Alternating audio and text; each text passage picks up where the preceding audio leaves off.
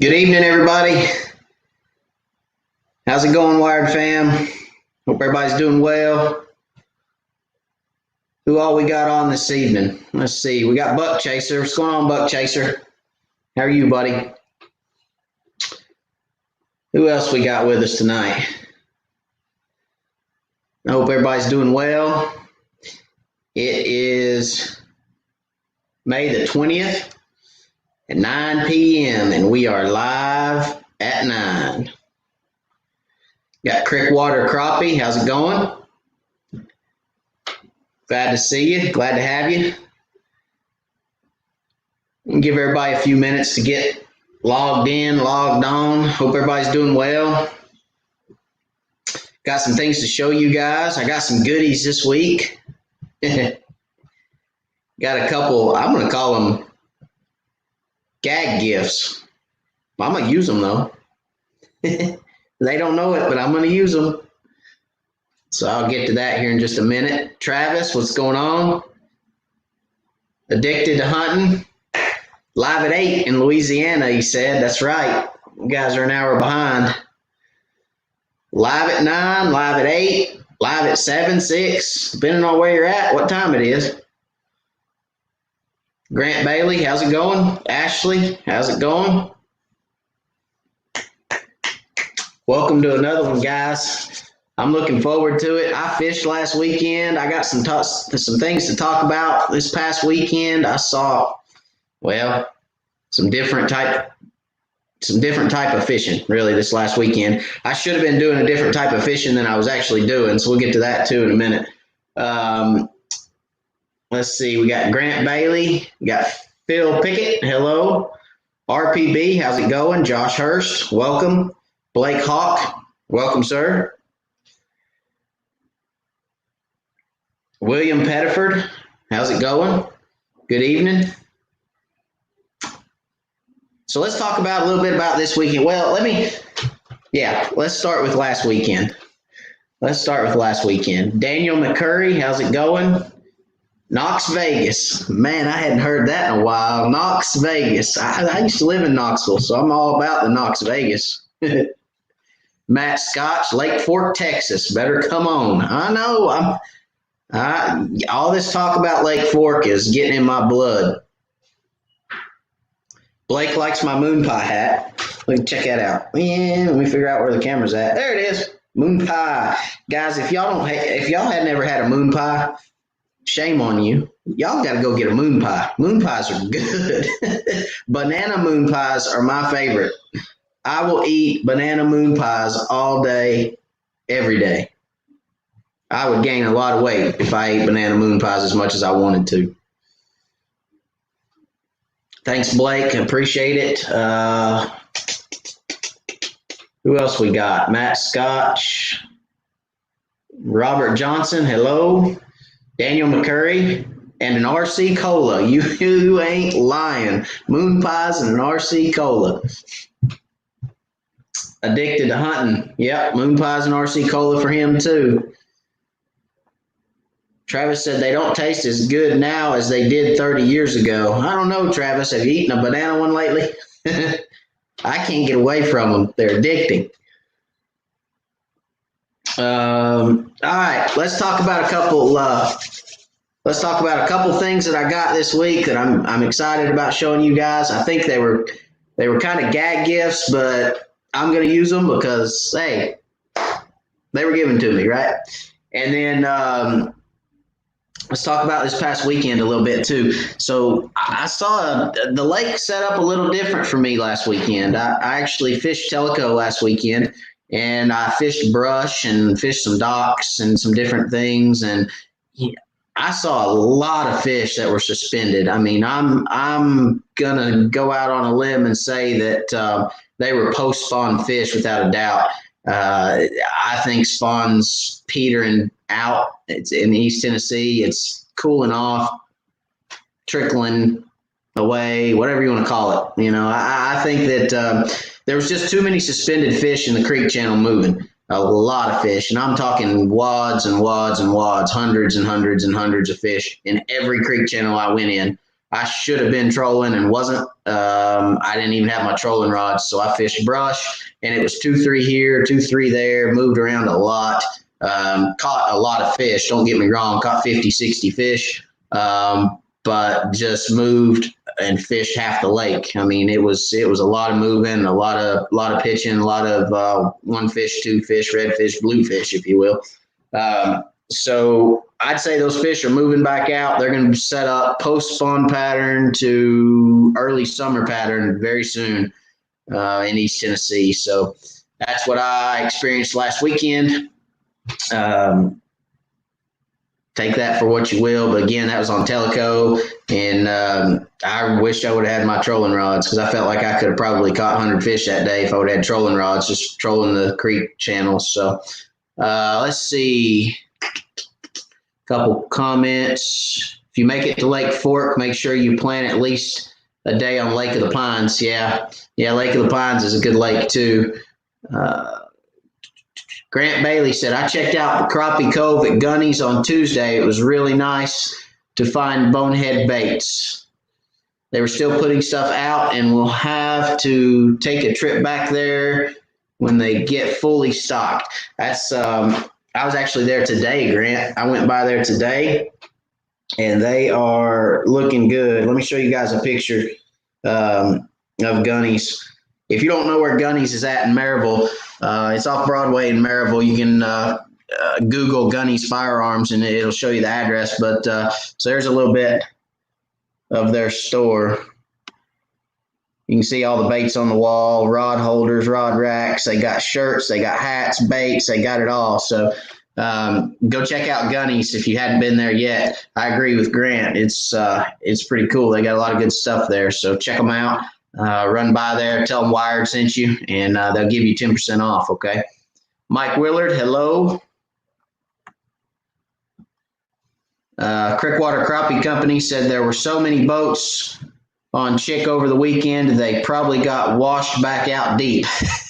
Hey, Teleco, for those of you that fish Teleco, from Island Creek up to Clear Creek was a nightmare. Saturday, a nightmare. You couldn't find a seam to run in. There was wakes coming from every direction. They were coming off the bank. There were so many wakes. It was absolutely insane. There was people cutting in front of me. I mean, I literally had to come off it wasn't even plane. I mean, I was running 20 mile an hour, and I had to come off that to idle because people were literally running out in front of me. It was the craziest thing I'd ever seen in my life. I'm thinking to myself, good thing I stopped. I mean, there was probably half a dozen times that if I wouldn't have come off plane to idle, I would have hit somebody. I mean, there's no joke. And I'm running straight down the middle of the channel. It's like, okay. So yeah, be careful out there, guys. There's a lot of people on the lake right now, and we've got the virus to thank for that. So Daniel said they're scattered on Loudon. Last time I was on Loudon, they were scattered there too. So they're moving right now. They're getting ready to set up a summer pattern. Once they move back out to a summer pattern, they'll be more predictable. The fish will be stacked on brush a lot more, probably at 18 to 25 foot range in the summer, and they'll be heavy on brush. All those fish are going to come out of the creek channel from suspending, and they're going to find a brush pile within the next probably 2 weeks. So it's going to get good here in the next couple weeks. All right, but without further ado, let me show you something I got this week. Check that out right there, guys. Yeah, Ranger boats. Look at that. That's the Corona edition right there. That Ranger boats. Look. Yeah. I think this was a gag gift, but I don't care. I'm going to use it. Hey, look at that. Yeah. Uh-huh. Y'all like that? That's that Ranger edition. Let me get back on. Yeah, look at that. Oh, I make this look good, guys. I'm telling you. Oh, that Ranger. Oh, that's good stuff. Thank you, Tracy. Miss Tracy, thank you very much for that. I appreciate it. Miss Tracy's looking out for me. She don't want me out there working when, going to jobs and talking to people. She wants me to be safe. Look at that.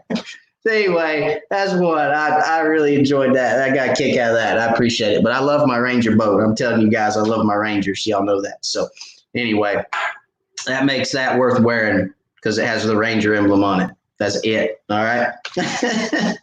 So anyway, and then for those of you who know me and have watched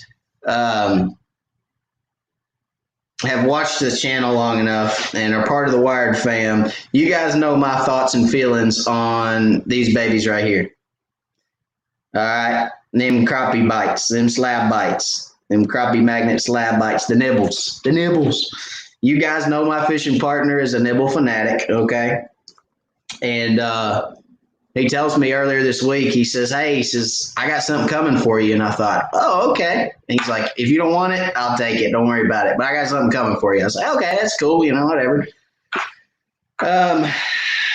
So today he says, hey, the box is here. Come here a minute. And I said, all right. And he says, look right here. And I said, what is it? And he throws me. You guys know my feeling on nibbles. I'm not going into that, but you guys know my feelings. So he throws this at me. Okay. It's a Easy Drift. It's called the bait pin. It's an Easy Drift is who makes it. Easy Drift Trolling Systems. The first ever crappie bait pin.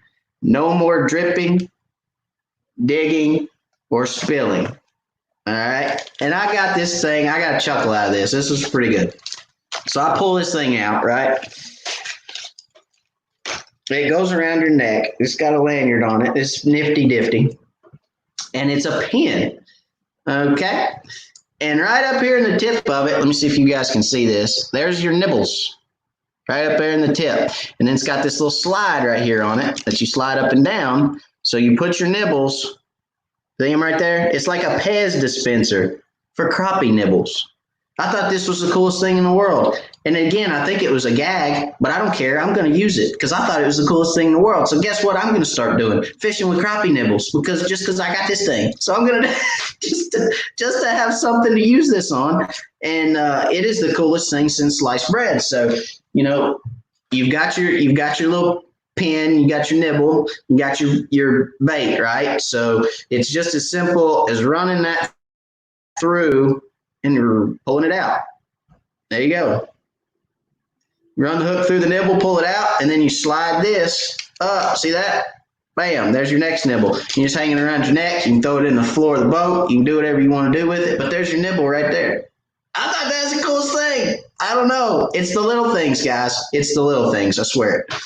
So anyway, that was another gag gift. I've never seen these before. Don't know who the Easy Drift Trolling System company is, but they've got a bait pin. If you like your nibbles, that's pretty neat.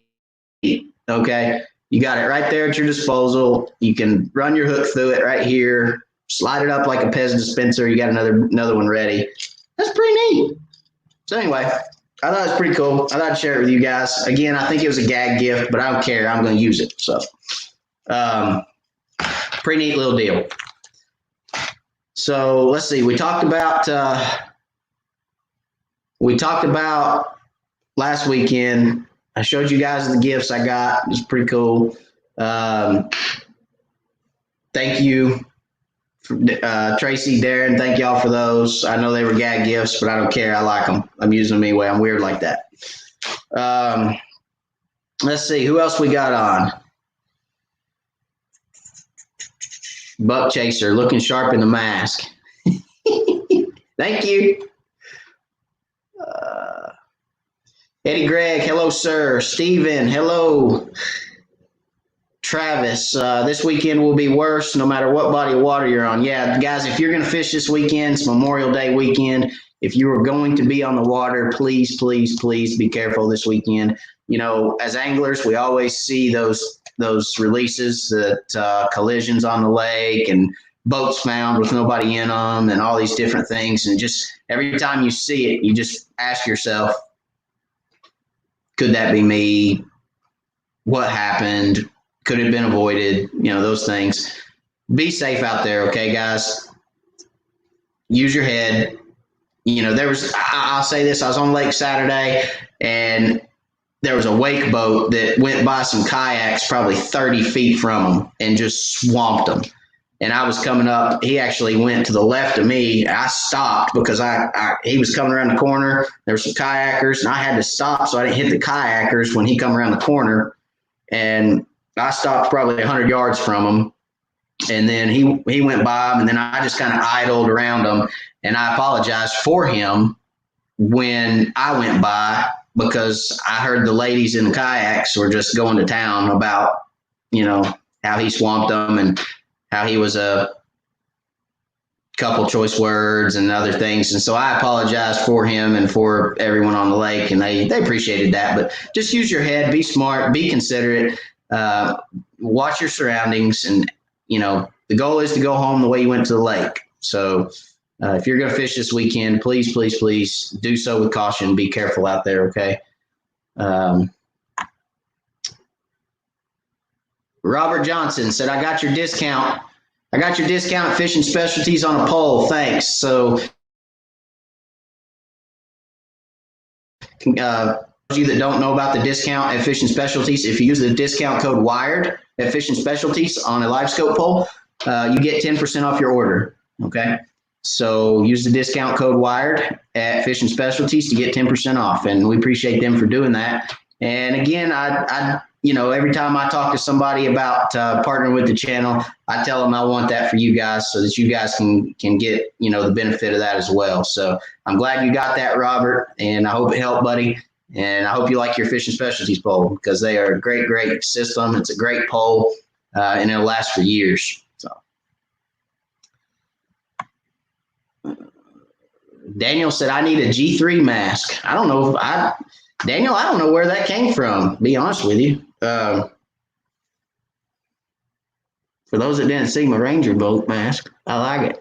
I don't know where it came from. Daniel, I'll try to find out. I'll ask and see if I can't find out where it came from. I'm assuming probably Amazon or someplace like that. So not sure where it came from. But, yeah, I'm sure they have a G3. I mean, if they have a Ranger, they've got a G3. I'm sure probably Triton and everything else.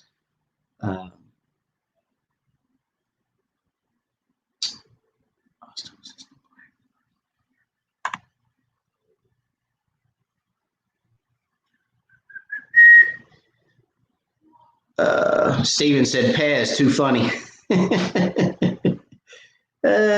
Bug Chaser, you're going to the dark side if you start using nibbles. I'm going to the dark side then, Bug Chaser, because I want to use this thing. It's cool. It's cool as crap. It's a gizmo. It's a gadget. I'm Gizmo Gadget. I'm Gizmo Gadget addicted, so I've got to be able to use it.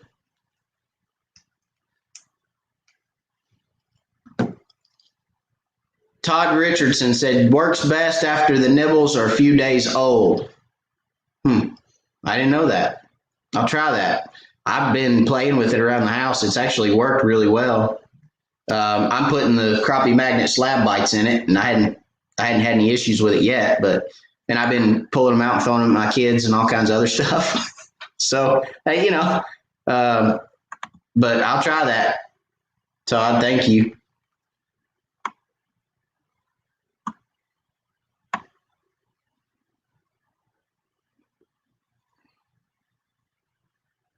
Matt Scotch, how did you function before?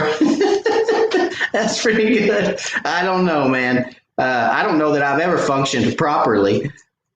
I functioned, it just probably hadn't been properly. That's pretty good. Ronnie Harris, good evening. Travis said, well worth the money, loves his Fishing Specialties pole. Hunter Mitchell from Maryville, what's going on, buddy? Heading up to Douglas with my family for the weekend. Never fished there and know it's deeper than Tellico. How deep would you fish? I'll be near Swan's Marina. I hadn't been to Douglas recently, Hunter, but I would not eliminate anything in less than 30 foot. I'd probably fish 30 feet and up, and I'd look for brush. I don't know if you caught the live last week, but I showed how to look for stuff on Google Earth on Douglas. If you didn't catch that last week, Hunter, go back to last week's live, and I actually showed some brush piles on Douglas using Google Maps. So you can use that and kind of see some of those brush piles, and you can use that to find some of those brush piles on Douglas, okay?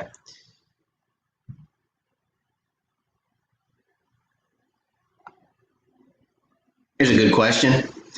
Addicted to hunting, do you follow and use the moon phase peak fishing times? I do follow moon phase. I do not follow peak fishing times, typically.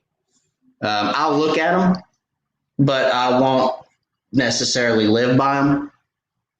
I actually, but yes, moon phase, I do. I do believe in moon phase.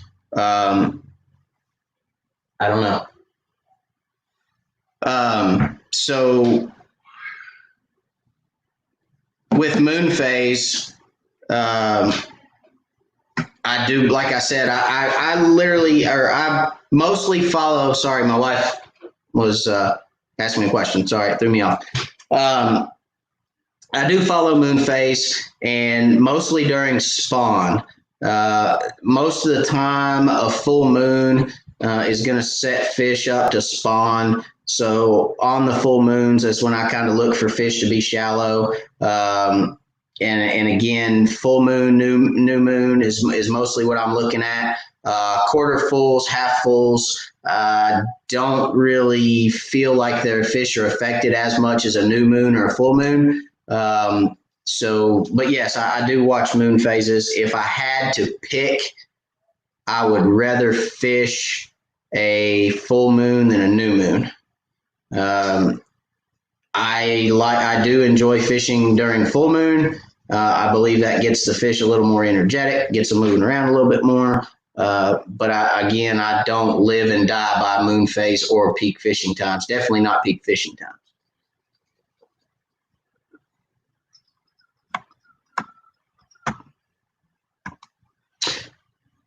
Grant Bailey says, when you mark a brush pile with a marker, do you check it with your trolling motor depth finder to find it for sure, or do you just start casting to find it?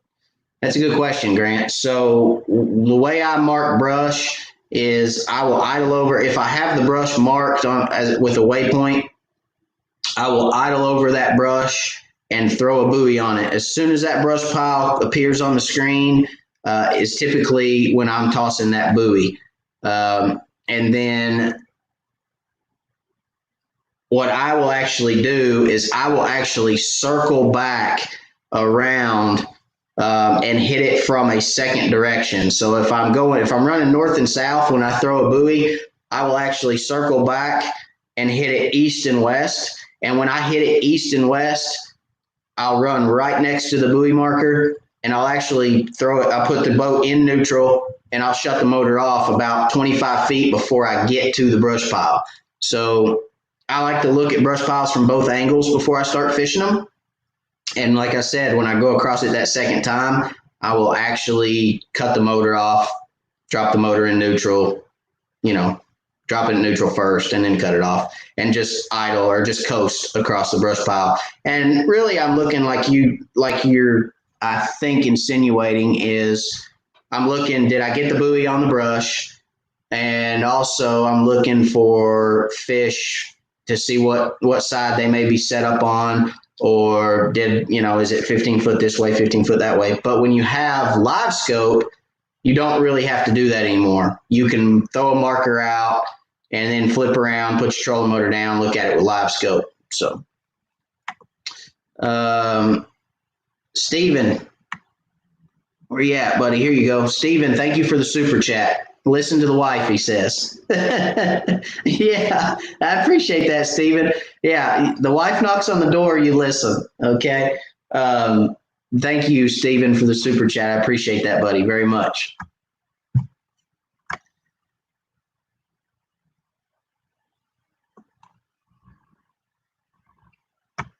All right, Scott Bunch, the bait pin is an awesome system. I'm sure you will love it, especially if it gets you to using those awesome slab bites. Yeah, I'm sure. I'm still playing with it. It's still in my hand. Yeah, I'm really digging this thing. It's man, it's a gadget. I feel like Mr. Gadget, you know. So I'm sure I'll love it too, Scott. Thank you. And yes, it will be loaded with slab bites. He's, you know, Crappie Magnet Man, Mr. Scott Bunch. So I'm sure it'll be loaded with slab bites all the time. Everybody knows I like chartreuse, so that's probably the only color that'll ever be in the pen is chartreuse. But you know, we'll see. We'll see what happens. I'll let you guys know if they catch fish or they don't. I'm going to put them on a bare hook and see if it'll catch fish. If I can catch fish with a slab bite on a bare hook, then I'll be a believer. Okay. So we'll see. We're going to find out. Anthony Marshall, hello from Virginia. Welcome. Let's see. Robert says, how do you think the bonehead braid compares with Power Pro braid? You know, Robert, I wish I could answer that question. I just started experimenting with braid. You guys know I'm a mono guy. I fished with mono mostly my entire crappie fishing career. But I have experimented with the Bonehead braid. That's the B-Power braided line from Bonehead in high vis yellow. So, you know, I'm not sure, to be honest. I know I like the Bonehead braid so far. I mean, it does what it says it'll do. It's very, very, very strong, which I think all braid is. It's got a great diameter. It stays colored well.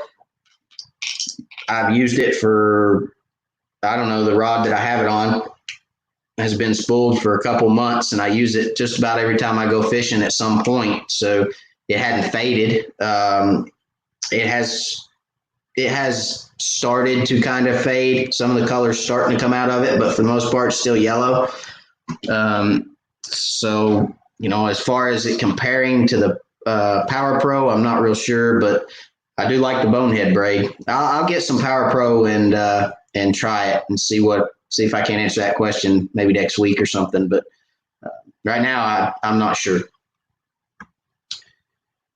George Hamby from Maryville checking in. How's it going, George? Welcome.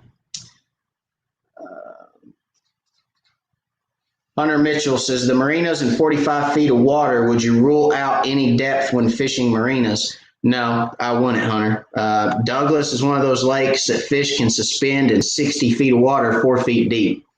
So I wouldn't. If you're going to fish marinas, I wouldn't rule out any depth. No, I'd try to side scan them and look underneath them. If you don't have LiveScope, if you have LiveScope, look under them with LiveScope. But I would definitely not rule out if you're going to, like I said, if you're going to fish marinas, don't rule any of those out. Tim White, hello, sir. Welcome, Tim. Here's a good question. Anthony Marshall, going to buy a LiveScope setup, is a 10-inch screen worth the money over a 9-inch? This is personal opinion.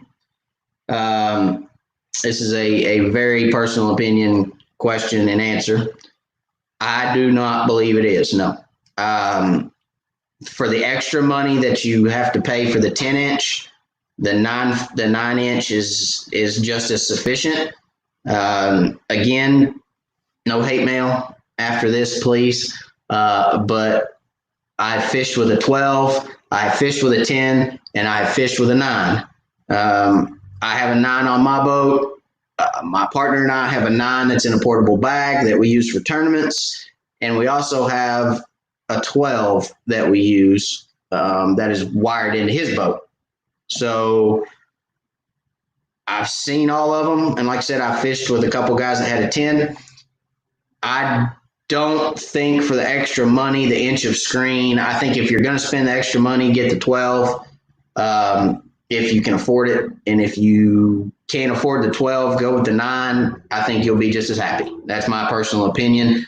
I don't know about everybody else. If you guys want to comment back to Anthony on this one and tell him your thoughts, leave it in the comments and he can read those. But I personally do not believe the 10 for the inch of screen is worth the extra money.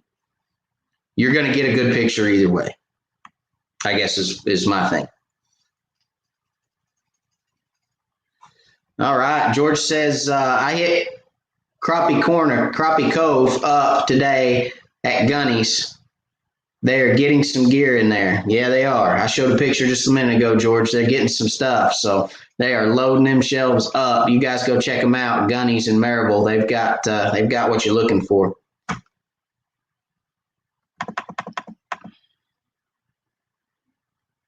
Buck Chaser. On a lake that has lots of shad, how long will crappie be in December if they are 6 inches to 9 inches now? All right, so it takes a crappie 3 years roughly to get to 10 inches. From the time a crappie's born to the time it's 10 inches, which is a legal fish in East Tennessee, it takes about 3 years. So you're looking at about 3.33 inches a year, which if you break that down to quarters every 3 months, right, then there's 4 quarters, 3.3, call it 4 inches. You're an inch a quarter, roughly 0.75 to an inch a quarter. In December, we're in June, May. So maybe they may grow 2 inches, rough math. I know that's very rough math, but if they're 6 inches now, they may get to 8. If they're 9 now, they may get to 11 by December. Rough. Good question, though.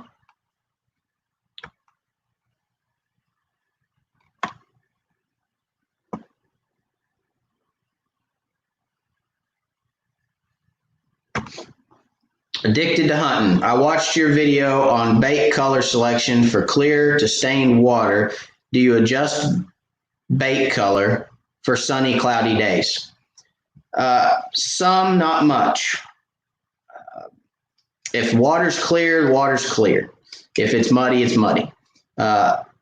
Sunny days, obviously the fish are going to go. Here's the thing about sunny days and cloudy days, okay? If you've got clear water and the sun and it's a bluebird day, the fish are going to be one or two places. They're going to be in the shade, buried in a brush pile, or they're going to sink deeper in the water column.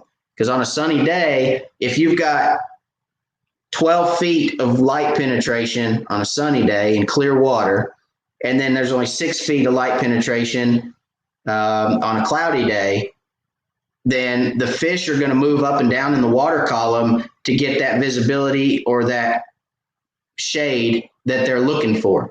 So on a sunny day, you may have to fish 4 foot deeper. On a cloudy day, you may have to fish 4 foot shallower. But the clarity of that water that those fish are looking for is going to be the same. Does that make sense, addicted to hunting? Because those fish are going to move up and down the water column to where, if let's say you turn all the lights in your house off and you're standing in your living room. If you walk into the kitchen, it's going to be the same. I mean, unless you have a window or something that light's coming in. But let's say there's no windows in your house. You're going to have the same darkness in one room that you're going to have in the other, right? So, they're going to find that same clarity of water, in my opinion. They're going to move up, move down, bury in brush, go under a dock, so on and so forth. So, I worry more about water clarity than I do sunlight. Yes, that's going to affect the fish. It's not going to affect the color that you use. It's going to affect the fish and how deep or shallow they're set up in the water column.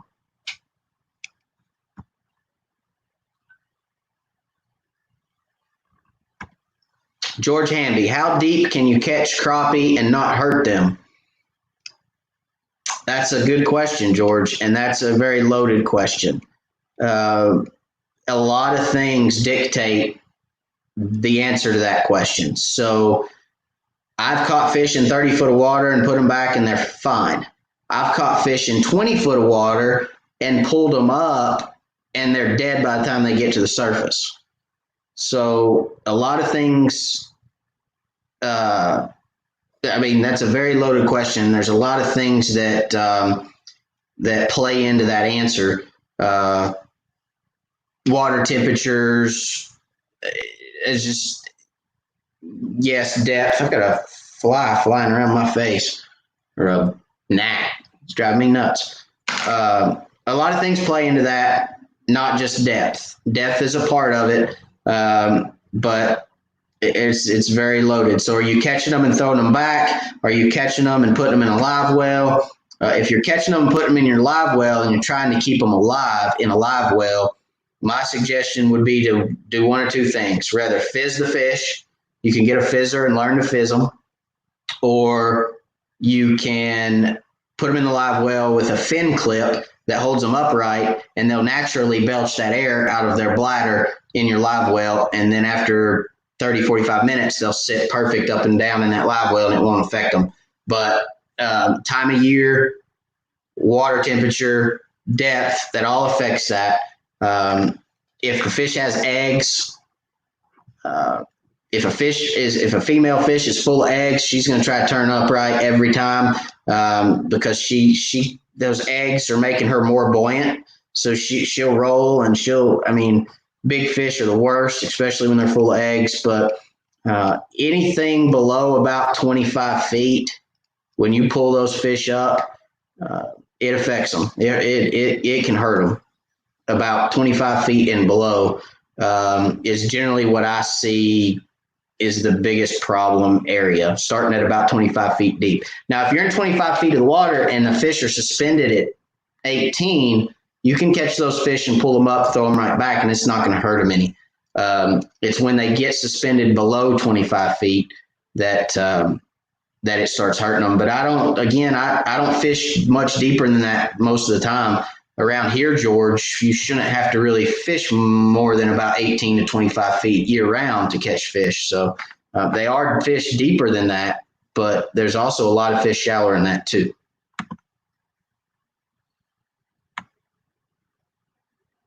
Grant said the wife won't let me have LiveScope yet, so he's still doing it old school. Hey, old school way works, Grant. Ain't no doubt about that.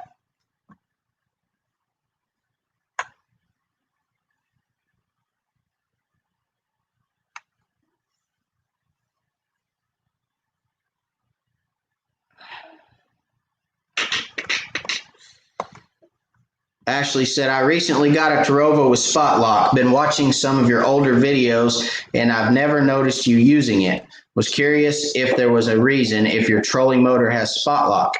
Yes, Ashley, my trolling motor does have spot lock, and no, I don't typically use it, and I'll tell you why. Because most of the time, I want to hit a brush pile or a dock from multiple angles. I want to bring my bait through that brush pile or under that dock, and I want to hit it from different angles. There's a lot of times when fish want the bait moving at a certain angle. So if a fish is set up and you're fishing and that fish is looking directly at you, you bring your bait by him, he may not see it till it gets a foot or two past him, and he's not coming after it. Whereas, if he's facing away from you, he may see that bait coming for 4 feet, and by the time it comes right across his nose, he'll run up there 6 inches and hit it. So I'm constantly moving around a pile, kind of, if you will, like an Indian, just kind of circling the pile, moving around and casting in different angles. A lot of times you'll get more bites that way. So a lot of times that's why I don't use spot lock. Same with docks. I move around a lot. I like to use my angles, and I don't really use spot lock a whole lot. Now, I will use spot lock if I'm retying or if I'm putting fish in the live well. If I'm fishing a tournament and I'm using a scale and I've got a cull fish, a lot of times I will use spot lock to keep me in a general area so I don't blow 100 yards off while I'm in the back of the boat. But when I'm fishing, no, I typically don't use spot lock much.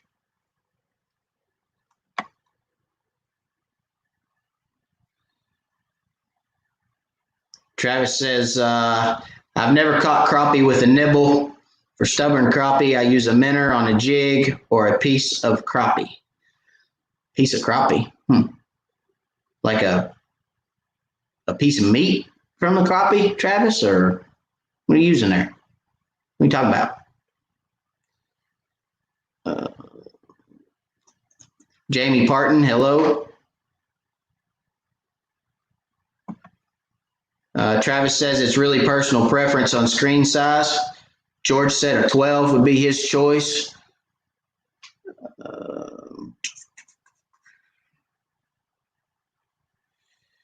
He said he has a 10 and he'd get the 12 for LiveScope if he had the choice again.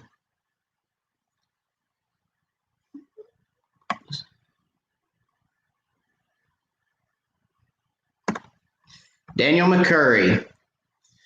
What's the biggest crappie you've ever caught? PB, my PB. If I could remember, that'd be good, wouldn't it? I could look it up. It's on East Tennessee Crappie Club's webpage or Facebook page. I caught it in a tournament. It was on Watts Bar. I caught it in a Watts Bar tournament. It was big fish that day. We won the tournament that day.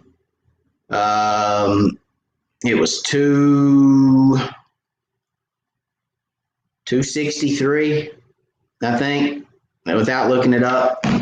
I think it was about 263 or 267 or something like that.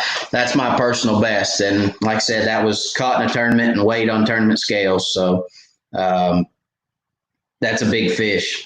260 something is a big fish. These guys that are down at Fort catching 3-pounders, my gosh, God bless you. Because, I mean, 2.5 plus is a big, big crappie. I can't imagine catching, multiple 3-pounders in a trip. I mean, we just don't have that here in East Tennessee. I mean, there are 3-pound crappie in East Tennessee, and I've weighed one in a tournament, as a matter of fact, but they're few and far between. So, Kip Wright checking in late from Northeast Texas. Love nibbles and hairy jigs. Fish fork and pines most of the time. So there you go. There's another fork pines guy. Those lakes are incredible. I mean, they're unbelievable.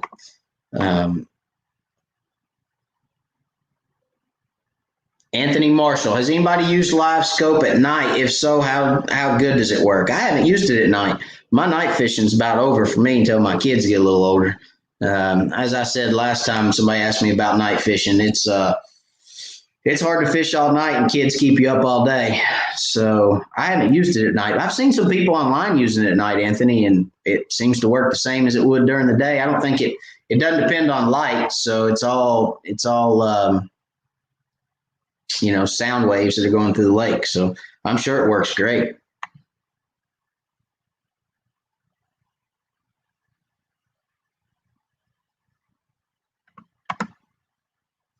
Let's see.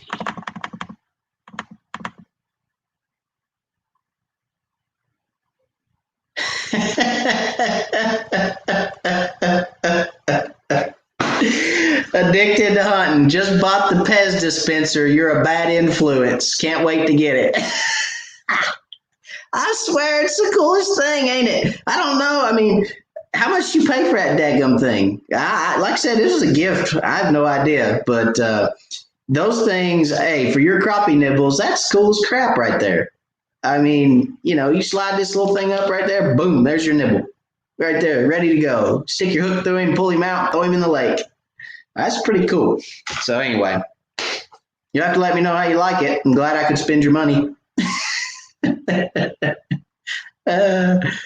You cannot claim me on taxes. No.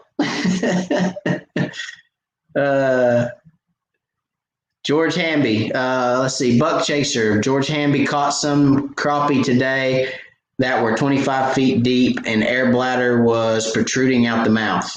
So yeah, 25 feet, George, is probably going to be your line in my experience.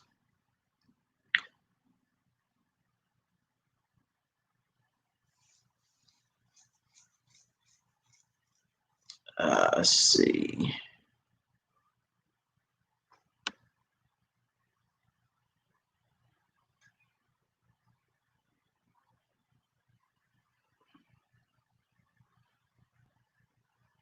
Oh, here we go. Travis says he fillets it, leaves skin on, and cut in small strips and let it dry a little. I purposely catch a small crappie so I have one just in case. It really works well and stays on the hook. I've never tried that, Travis. Never tried it. But again, East Tennessee, they have to be 10 inches to even keep them. So you'd have to use a 10-inch crappie and slice him up real good. But I've never tried that. That's interesting. I may try to. I may have to try that. I may thaw some out of the freezer and slice them up. That seems like it'd be awfully messy though, or start stinking.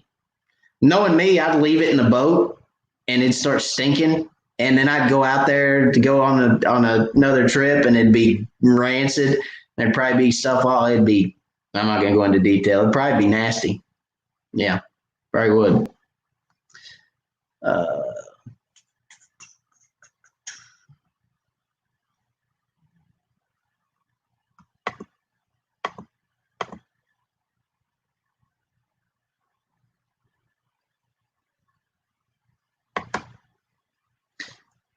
So Scott Hamby, if you're looking for some way to, or somebody to, no, George Hamby, I'm sorry.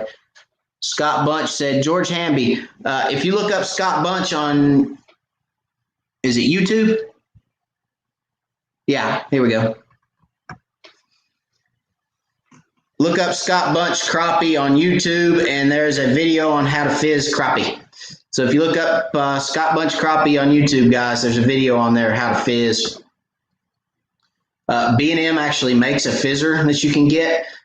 You can fizz fish with their fizzer, and it shows you how to place the fish in, where to stick the needle, how to fizz them, all that good stuff.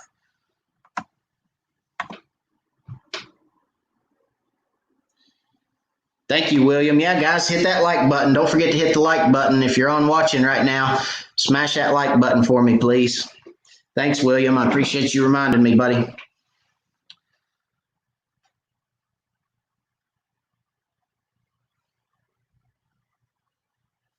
Yeah, that would be, Robert, that would be a great tool for somebody that has shaky hands. That would be a great tool. If you guys know somebody that has, a disability or somebody with shaky hands, that thing right there will cure all their ailments for sure.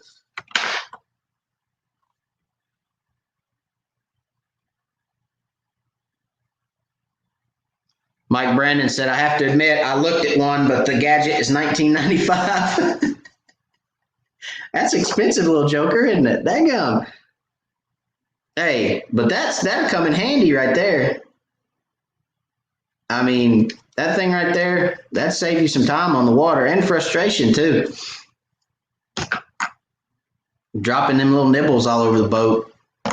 It never fails too. You drop one in the boat, you're going to step on it and it's going to mash it into your carpet. It never fails. I've seen my buddy, my partner's got nibbles smashed all in his carpet. He has to clean it. Actually, I get down there and scrape it with my fingernail. I'm generally the one that steps on them. So.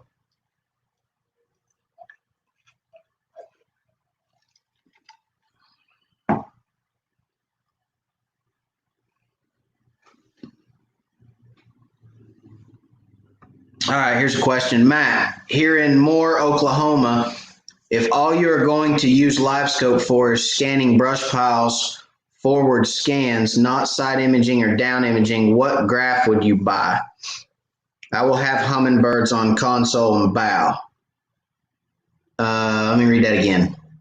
If you're going to use LiveScope, if all you are going to use LiveScope for is scanning brush piles, forward scans,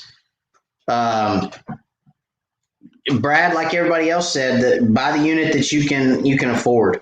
The 9 is more than sufficient. If you're on a budget and you're looking for a budget unit, the 9 is fine. I fish with the 9. I've been fishing with the 9 since LiveScope came out, or since I got LiveScope. I didn't get it when it first came out, but since I got LiveScope, I have actually been fishing with the 9 and it's fine. I mean, I enjoy using the 9. I see my bait just fine on the 9. Of course, I'm 33 years young. I have good eyes and I can see it just fine. I have had some people in the boat that say, you know, they're squinting and they say, where's it at? I can't see it. But, you know, I'd get the unit that you can afford. And if it's the 9, the 9 will work for you. If all you're going to do is scan brush piles and forward view, you're not doing a whole lot of any other views, and you're not using side imaging or down imaging, then you'll be fine with the 9. But if you can afford the 12, yes, the picture on the 12 is bigger and everything does appear a little bigger on the 12. So, you know, but I would, if you're going to spend extra money, get the 12. If you're not going to spend the extra money, my preference is go with the 9.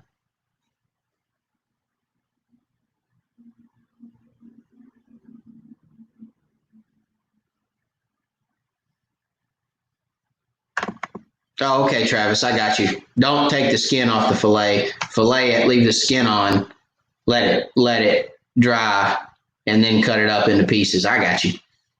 Yeah. Never tried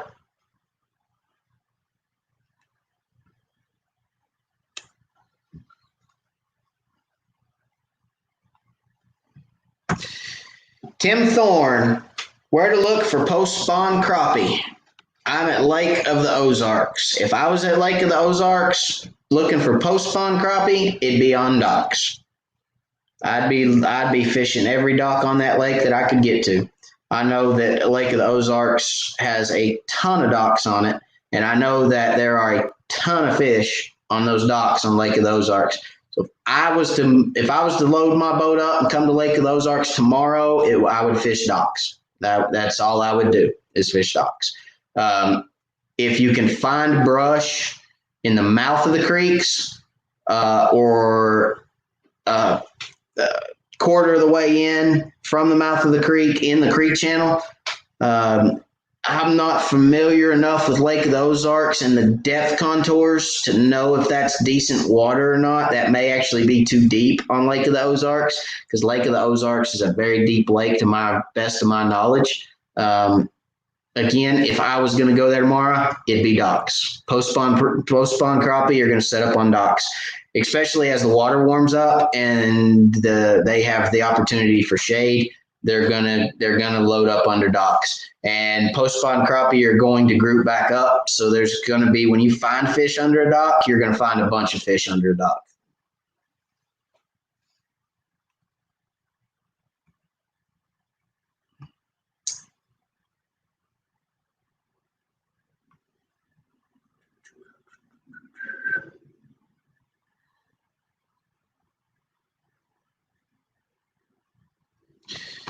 This is a good question. Anthony says, on the Garmin units, can you use side scan on them, then switch over to LiveScope? Yes. You have to have different transducers, Anthony. So if you buy a unit that comes with a side imaging transducer, you put your side imaging transducer on the back of the boat or trolling motor or wherever you're planning on running it at. You can look at your side imaging, and then you can go back to the menu, go to the pages, click on LiveScope, and you can flip over your LiveScope with your LiveScope transducer. So yes, you can use side imaging, down imaging, and LiveScope all on one unit. You just have to have the proper transducers to do so. Okay.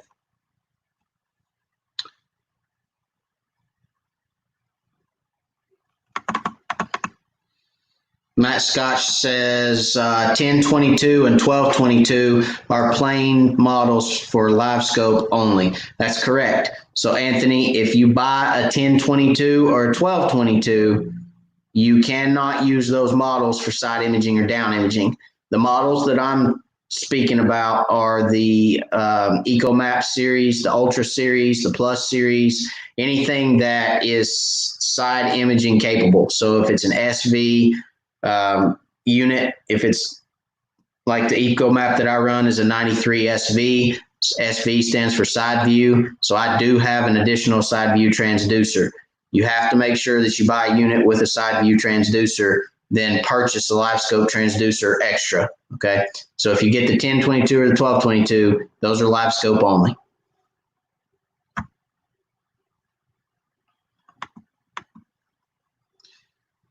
George Hamby says, docks for sure at the Ozarks. Yep, no doubt. Lake of the Ozarks, post-spawn fishing, docks all day, every day. And summer, too. Summer, I know there's a lot of docks on that lake with deep water under them, and there's a lot of marinas. And, there's a lot of marinas on that lake, too. I'd be fishing marinas and docks all summer long. I'd be fishing every one that I could find that had fish under it.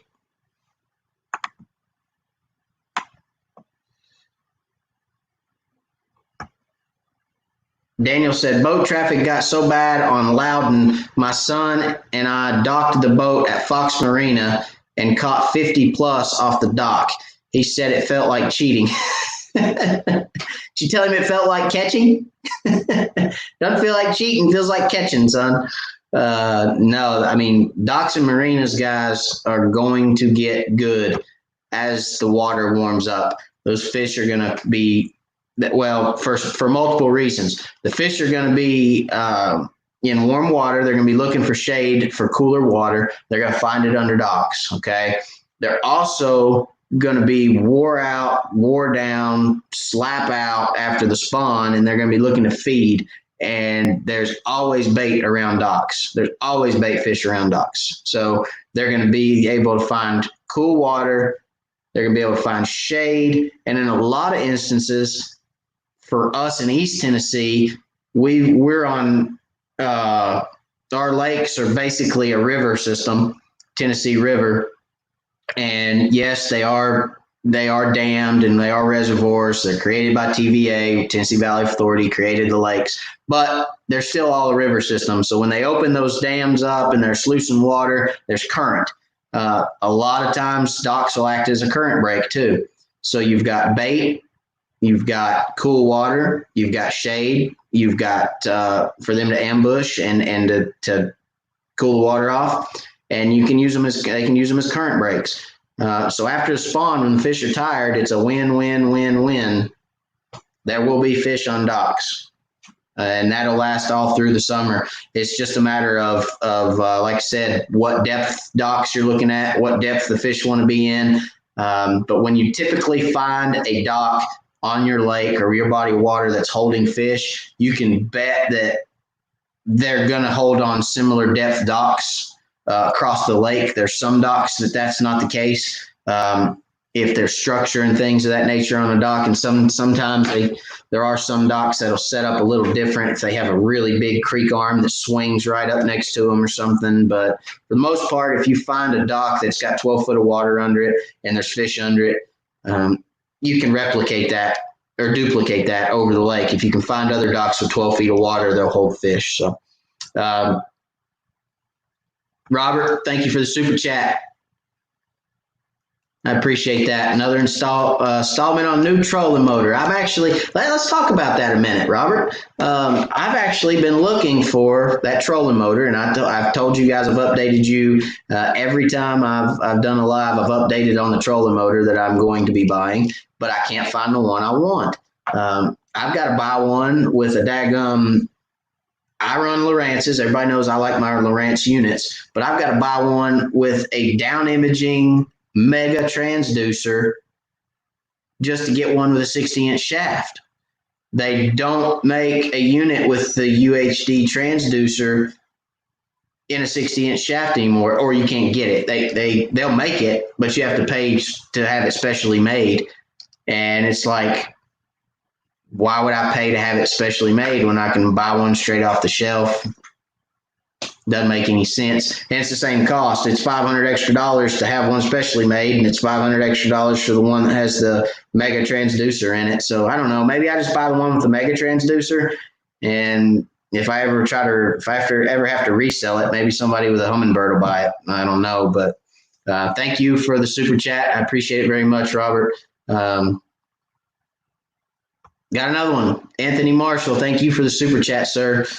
$25. I appreciate that very much. For you guys that this is your first live with us, with the Wired fam, these super chats, guys, go right back into fishing. It goes right back into the channel, right back into crappie fishing for you guys, doing more videos and showing you guys some new cool stuff. So and it goes a long way. Let me tell you something. I had a guy ask me, I'll tell the story again. I had a guy ask me about 2 weeks ago now. He said, thinking about starting a YouTube channel. Do you make enough money at it, or are you happy with how much money you make? I can't remember exactly how he phrased it, but asked me about how much money I made. And I told him, I said, if you're starting a YouTube channel for the money, you're starting it for the wrong reason, my friend.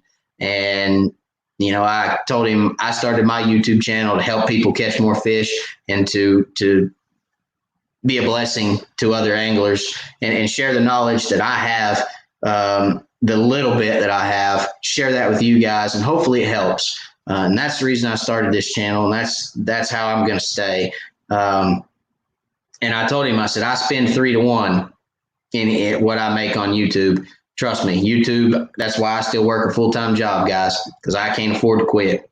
I can't. I'm telling you right now, YouTube, I'd be broke. There's no doubt. I mean, I could probably buy breakfast. I could probably buy breakfast every day for a month, but that'd be it. I couldn't buy lunch, couldn't buy dinner. So those super chats go a long way to helping me stay on the water, and I appreciate each and every one of you for doing that. Thank y'all very much. Thank you, Anthony. All right. Let's see, where we at? Boom, boom, boom, boom. Anthony, got to get back to work. Thank you for the info. You're welcome, Anthony. We'll see you later, buddy. Have a good one. I won't tell your boss you're watching me while you're working. Maybe he's watching too. Hey, I hope he is. Hey, if he's not, tell him to come watch next week. Mike Willard, what's going on, Mike? Man, Mike Willard, that's my buddy right there. Let's see. So could you put the side view transducer and the LiveScope transducer on the same pole? Yeah. Yeah, absolutely you could, Mike. No doubt. The thing is, you would have to, let's see, you'd have to put the side imaging transducer on the bottom, okay? And you'd have to put the LiveScope transducer above it. Now, a lot of guys are going to a 0-degree tilt on their transducer, on their LiveScope transducer, to get rid of that 7 degrees of tilt that's in the LiveScope transducer. If you put a side imaging transducer under your LiveScope transducer, you need to leave that 7 degrees of tilt on there so that your pole does not pick up the transducer, or your LiveScope transducer does not pick up your side imaging transducer, which is underneath it. Does that make sense? I hope I said that right. So again, leave the 7 degrees of tilt, put the LiveScope transducer above the side imaging transducer, and keep in mind, Mike, if you're idling down the lake or if you're trolling down the lake and you're using your side imaging, because side imaging shows up better when you're moving, right? So if you're trolling down the lake using your side imaging, you're going to have that pole straight out the front of the boat so that you can see left and right. And I hope that makes sense as well. It just like if you had it on the transom, it's straight front to back of your boat. You got to make sure that pole and that transducer are straight front to back so that you get the right picture on your side imaging. But yes, you can do it. You can mount them on the same pole.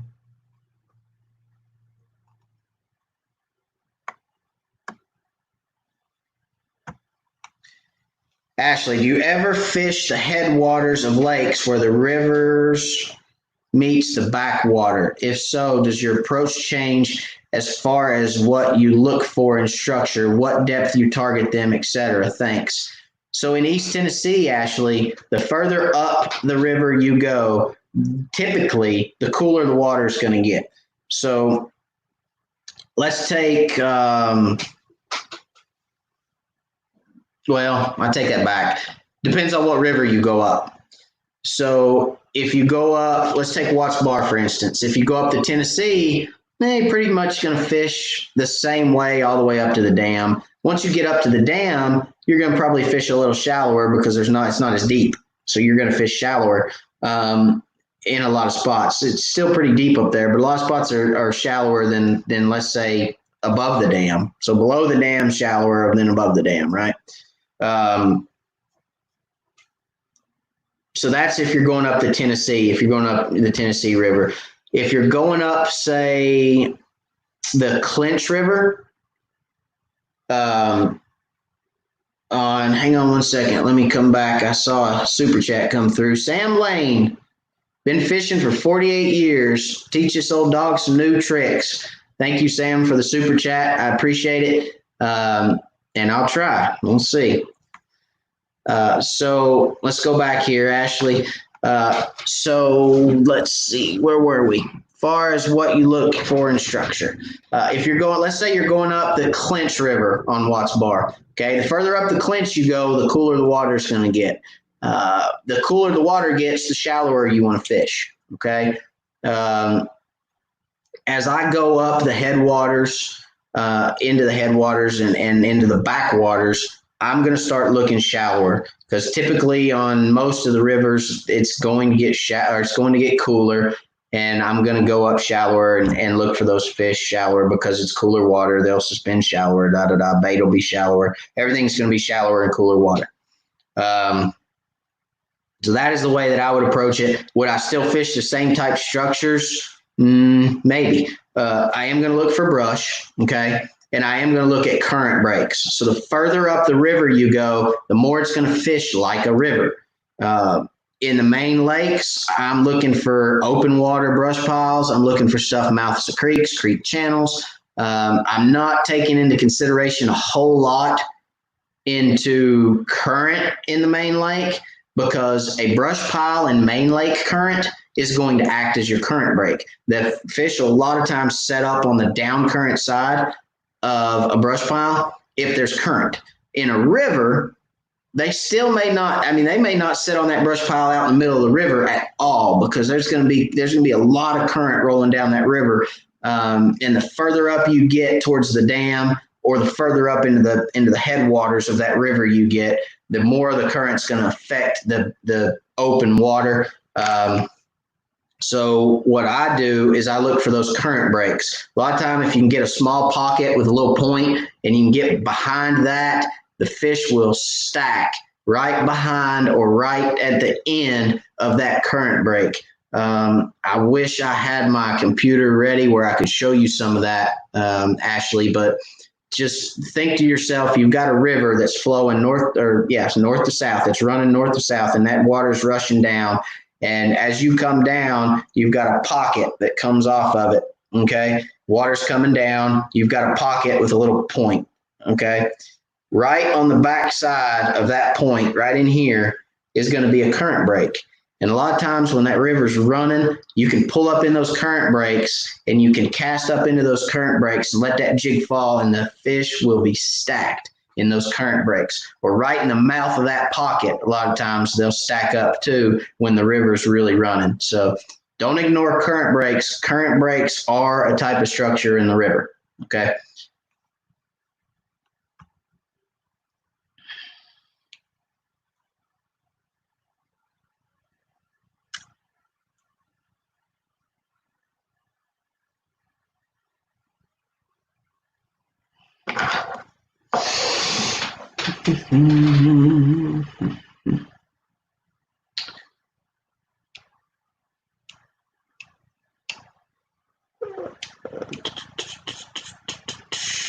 Daniel McMurray, Garmin Force. I looked at the Garmin Force, but Daniel, I'm looking for a 60-inch shaft, and they only have a 57, I think, in the Garmin Force. So it's not really what I'm looking for. Larry Merrick says he's sorry he's late. Welcome, Larry.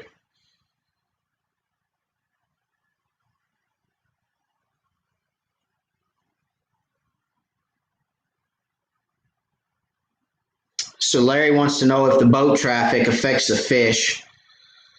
No, I told a story earlier this week, Larry. I was fishing with a guy and told him a story about sitting on Tellico and getting rocked. I mean, just insanely rocked by wake boats. There was 3 wake boats in one creek. And they were all running within about 50 feet of me. And I don't know if they were doing it intentionally or not. They were just out there as young guys. They were just out there having fun. They didn't take any account of what they were doing, but they were all three running, well, probably 50 yards, not really 50 feet, but 50 yards from me. And I found a brush pile that was loaded with fish, and I sat there and caught fish after fish after fish. Half of the fish I didn't even know bit because I dipped down in a big wake, and when I come up the other side of the wake, I'd feel the weight on my line. And actually, I was watching it on LiveScope, and I didn't even have to move my jig. I mean, the jig would fall down over the brush pile, and I'd go down in a wake, and the jig would dip down, and I'd come back up, and the jig would come up, and it was just sitting there just jigging for me over top of the brush pile. And I don't know how many fish I caught off that brush pile. So no, it doesn't affect those fish. I'm not sure how it doesn't. I mean, you know that they feel the disturbance, but it just, and it could sometimes, and it could not sometimes. I don't know. Could have been the depth I was fishing. I mean, I'm sure if those fish were in 2 foot of water, yeah, it would have affected them because there was 3 foot rollers coming off those wake boats. And those fish would have been exposed with those rollers coming across. But fishing deep, fishing that 18 to 22 feet is what I was fishing. I think it was actually 19 and a half feet or something like that where I was fishing. So those waves really weren't affecting those fish. And the fish were down at like 15, 16 feet. It really wasn't affecting them that much. So I think the depth has a lot to do with it. But if you're fishing deep, I don't think it really affects too much.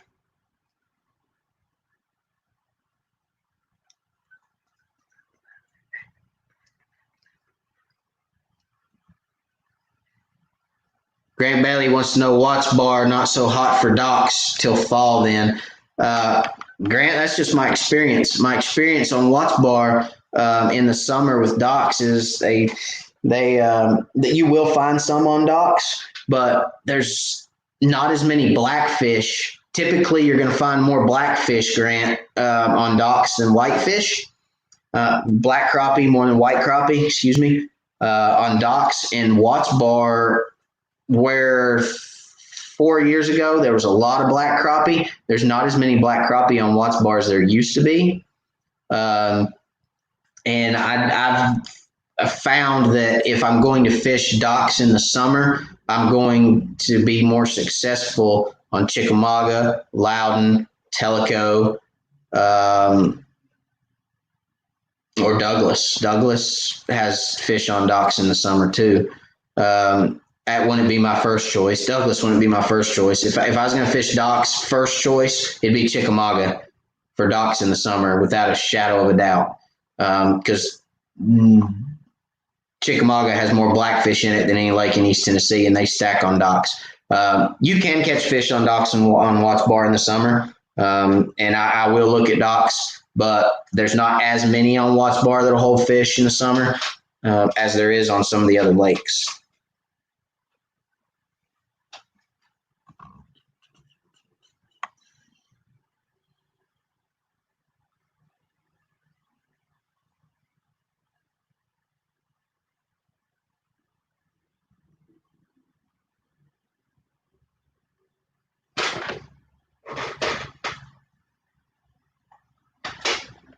Let's see.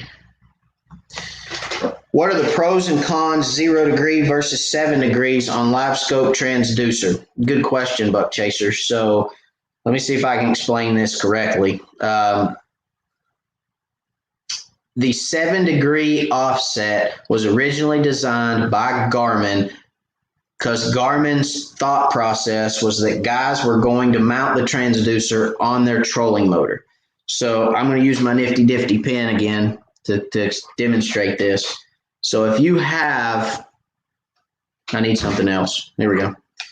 If you have a trolling motor shaft, okay, this is your shaft. This is the base of your trolling motor. Your prop's back here spinning, right? You got your shaft on there, okay? If you, Buck Chaser, I'm going to get rid of this question. Sorry. Here's your shaft. Here's your trolling motor. If you have that Garmin transducer mounted right here, let's say this is your transducer, okay, guys? If it looks straight down that shaft, the base of that trolling motor is going to be in the way, right? It's going to pick up the base of your trolling motor. So if they set that at a 7-degree offset, and I'm just for poops and giggles going to tilt this, then when it shoots down, it's going to miss the base of your trolling motor. Okay? Does that make sense, Buck Chaser? So that's the point of the 7-degree offset, is to get that transducer tilted so that it does not pick up the base of your trolling motor.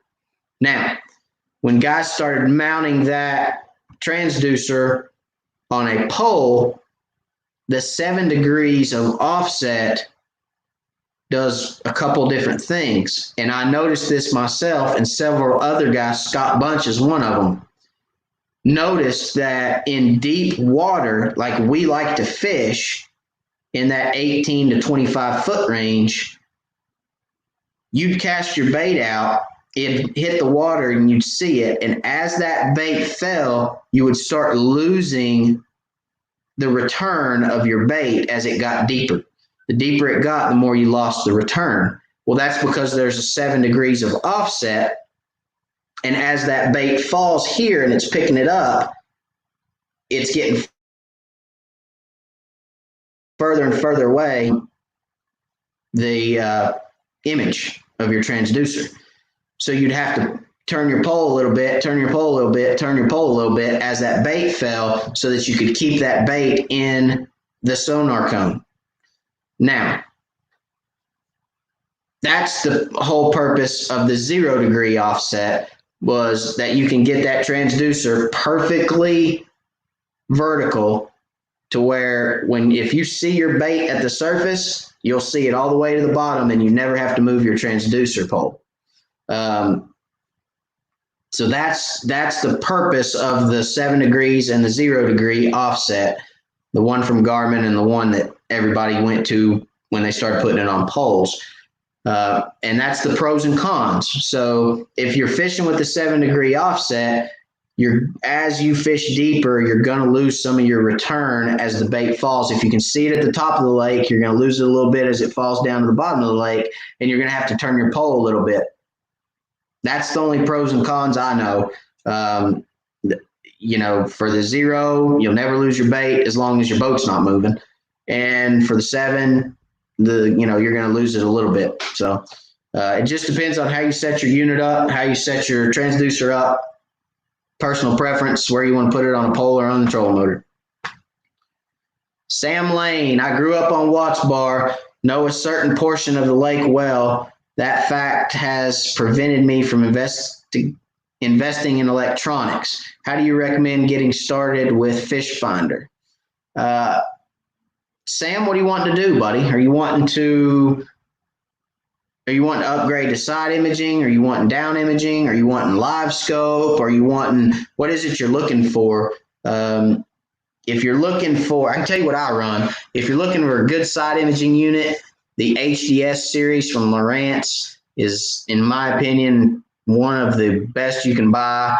I run HDS 8 and HDS 10 Gen 1s. They're very simple to use. There's not a whole lot of learning curve to them.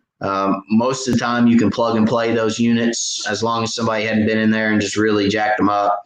If you buy them used, the used market's the only place you can get those units anymore. You can get into a good setup for $500 to $800, and you can go out to the lake and find fish. If you're looking for LiveScope, that's a whole nother ball game. You need to look at the transducer, the $1,500 transducer, and then whatever unit you want on top of that. So leave me another comment, Sam. What are you looking for? What are you looking to upgrade to? And how much are you willing to invest? Are you looking, $3,000 for LiveScope? Are you looking for $500, $600, $800 on a good side imaging unit? What are you kind of looking for there, bud?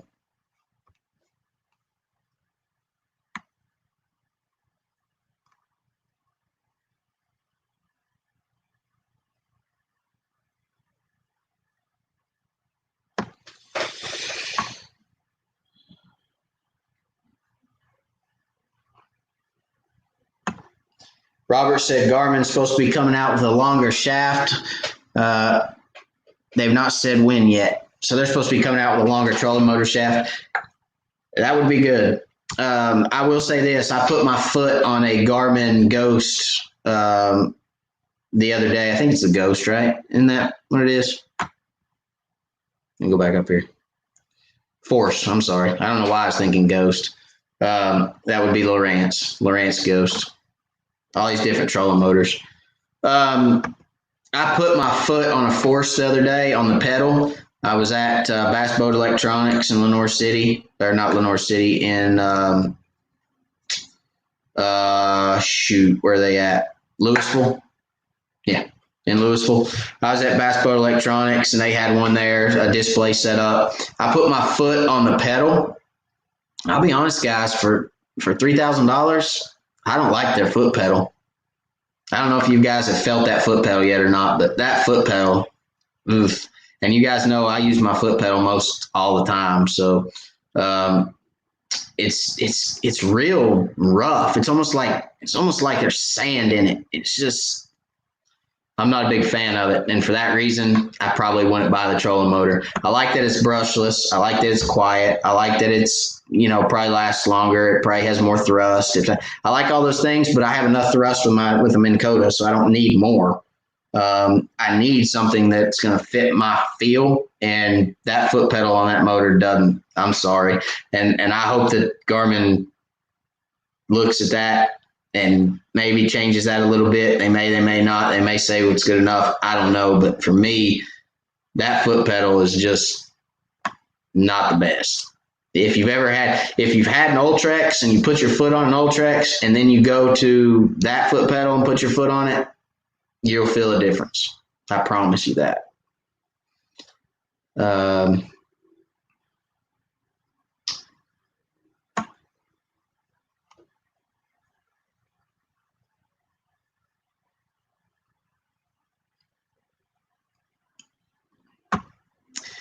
Addicted to hunting. Over the years, I've passed up boat docks to fish tops on the lake. Your videos have helped me go back to the docks. Thanks, Matt, for the enticement to change strategy.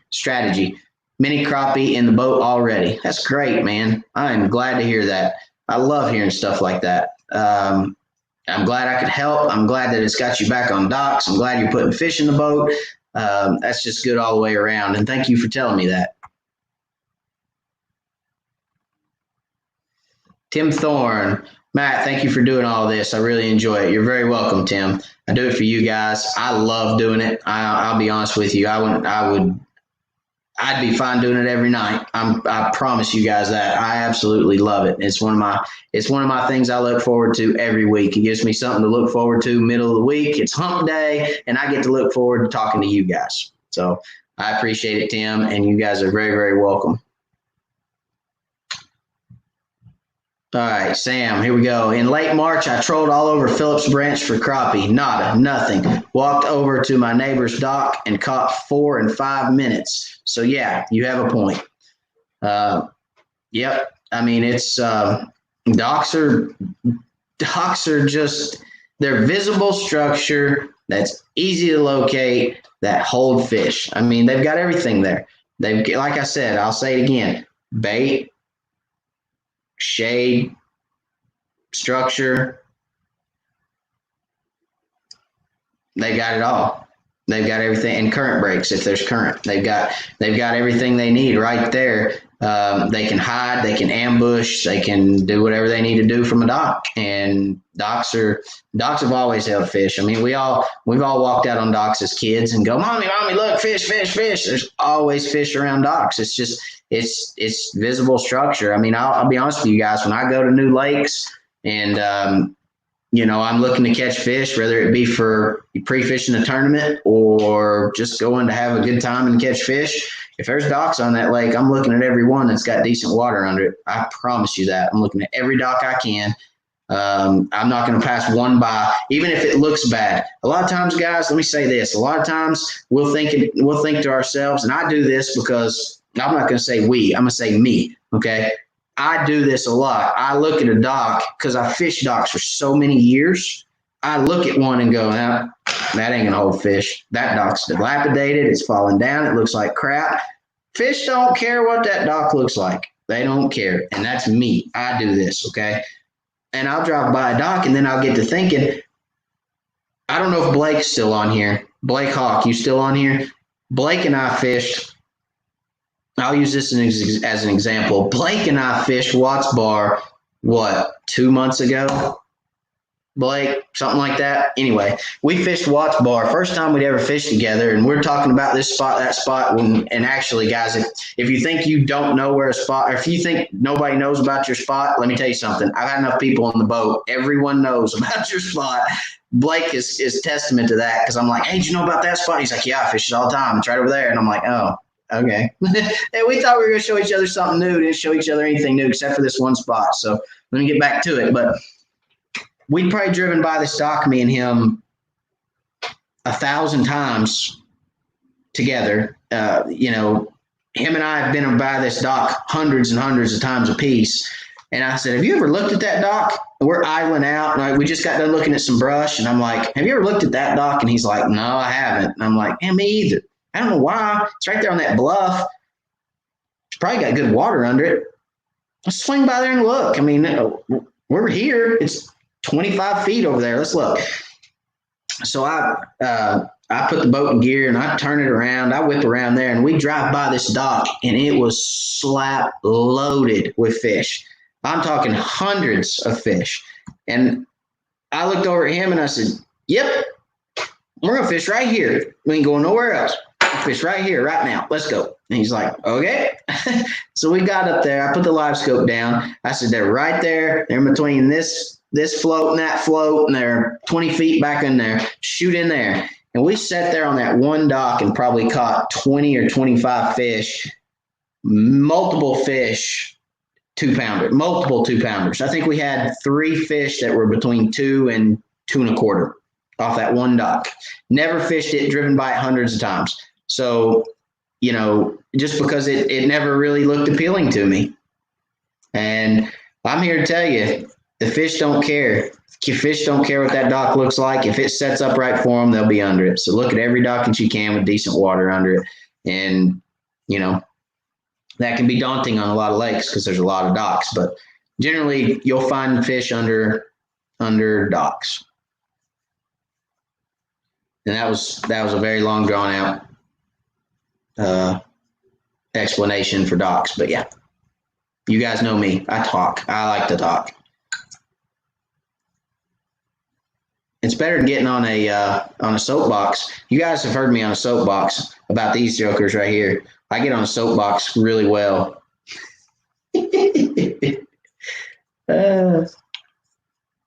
Let's see. Sam Lane, we got you.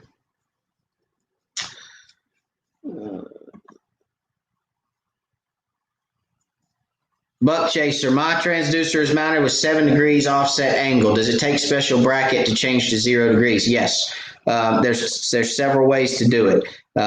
There's probably some YouTube videos out there. You can actually put a spacer in there. And there's been several people that show how they make a spacer to put in there to take it out, Buck Chaser.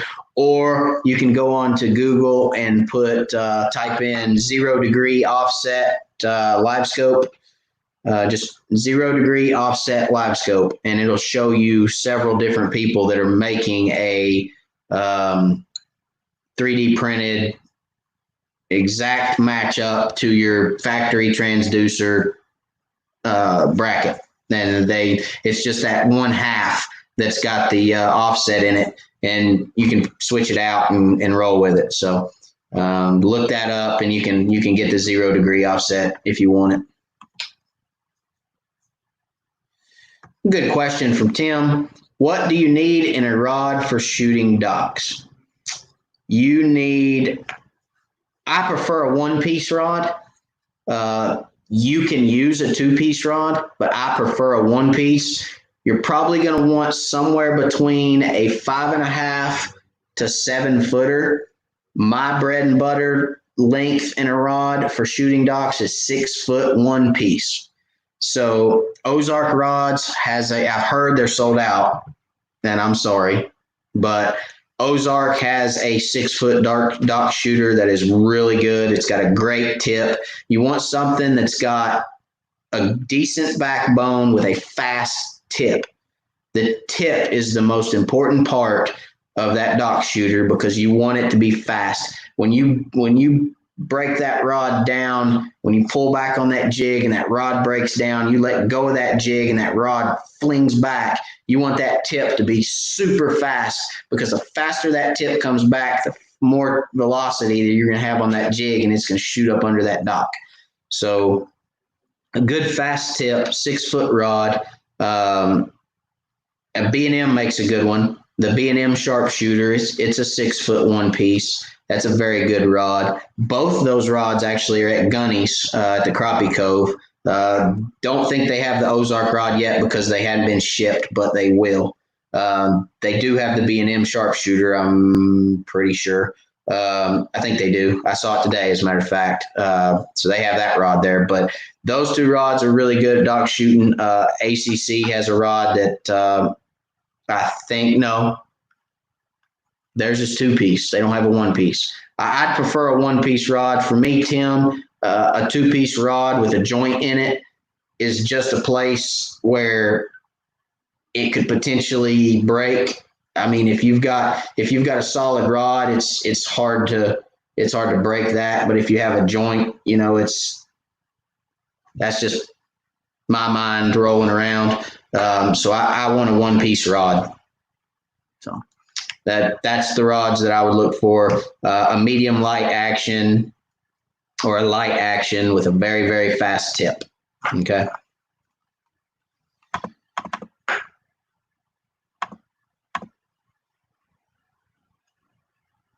Travis asks, how do you cant Garmin's deucer mount bracket?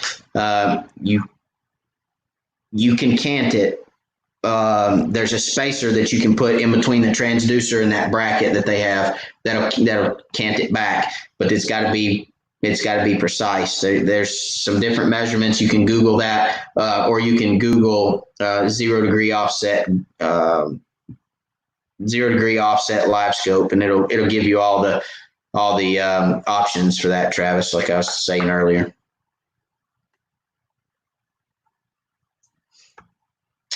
Sam says, buy my first basic depth or fish finder. I fish dumb and blind. Okay, so this is follow up to Sam's original question. Sam, I would probably look for something, like I said, I'd probably look for something in that Lowrance HDS series, Gen 1, Gen 2. I'd probably try to look on unless you want to spend $1,000 to $3,000. There are some good units out there as well. Garmin has some lower model units. It really depends on what size screen you're looking for, on how much you're going to spend. So if you're looking for a 7-inch screen, you can probably buy a new unit from Garmin for $500-600, or you can buy an 8 or 10-inch screen in the Lowrance HDS series and an older model on the used market for $500 or $600. So it just depends on what you're looking for. I personally like the HDS series from Lowrance for side imaging and for a basic fish finder and down imaging. And that's outside of LiveScope. That's just basic imaging and side and down imaging.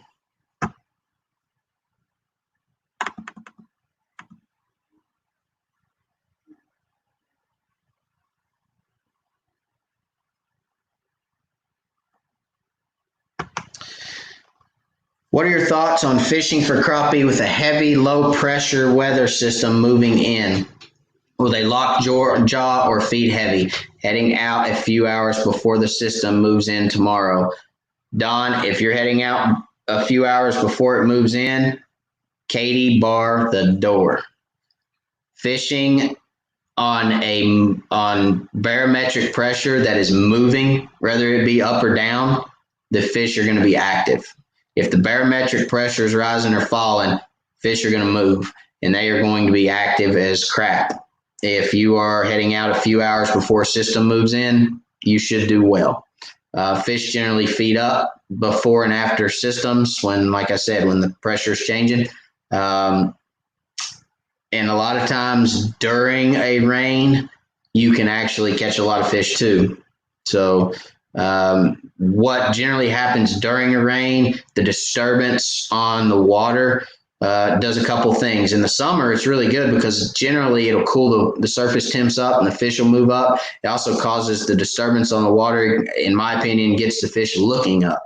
So, they're looking up anyway. And then, if the water temps cool off a degree or two, then it really gets them fired up. I mean, storms in the summer are one of my favorite times to fish. Before, during, and after storms. If it's going to rain, I'll go fishing. It don't bother me to fish in the rain because I've caught a lot of fish in the rain. But I generally don't think it lockjaws them. Now, a lot of lightning will lockjaw them.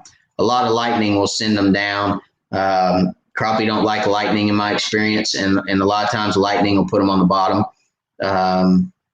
and lockjaw them. But just a good rain with falling pressures and rising pressures, you should do good.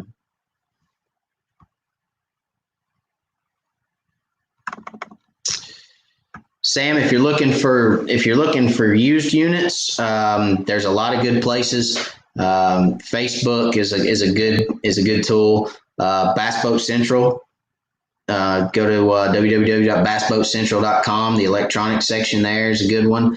Crappie.com has a personal classified ads section. That's a good place to look for them. I mean, you can find them a lot of different places online, and I will caution you this: if you buy one offline and you use PayPal, make sure if somebody says, "Hey, send it to me as a friend." A lot of things I'll send money as a friend for, but electronics ain't one of them. I'm going to put on there that it's for electronics and that they're supposed to work, and I've been told they're going to work, and so on and so forth. So that way you have a leg to stand on if you get something that doesn't work. Okay. But I've had really good experiences buying electronics from people. Bass Boat Central is generally where I buy most of my stuff, that and Facebook. And I generally talk to people on the phone before I buy stuff. You can generally talk to somebody for 10 minutes and a lot about a person in 10 minutes on the phone with them. So I caution you, just talk to people, get to know them a little bit, talk to them about the units, ask the right questions, ask them when they used them last, ask them, if you're buying used units, that is, ask them, when's the last time you used it?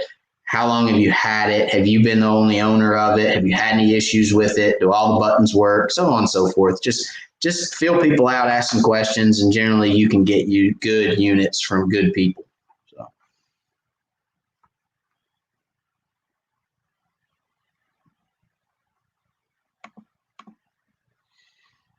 Don says, this is my first time tuning in to the live stream. I love the info so far.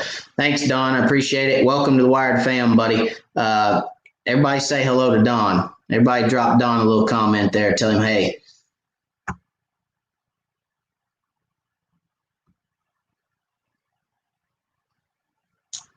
Ooh, I lost my spot again. You guys know I do this about 3 times an episode. Where'd we go?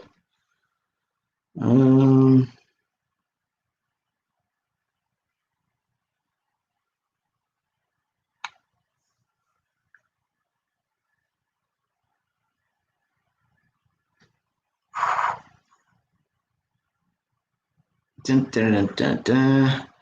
Hey, there we go. I found it. Yeah, Sam, Bass Pro Electronics in Louisville. Bass Pro, yeah, they have units.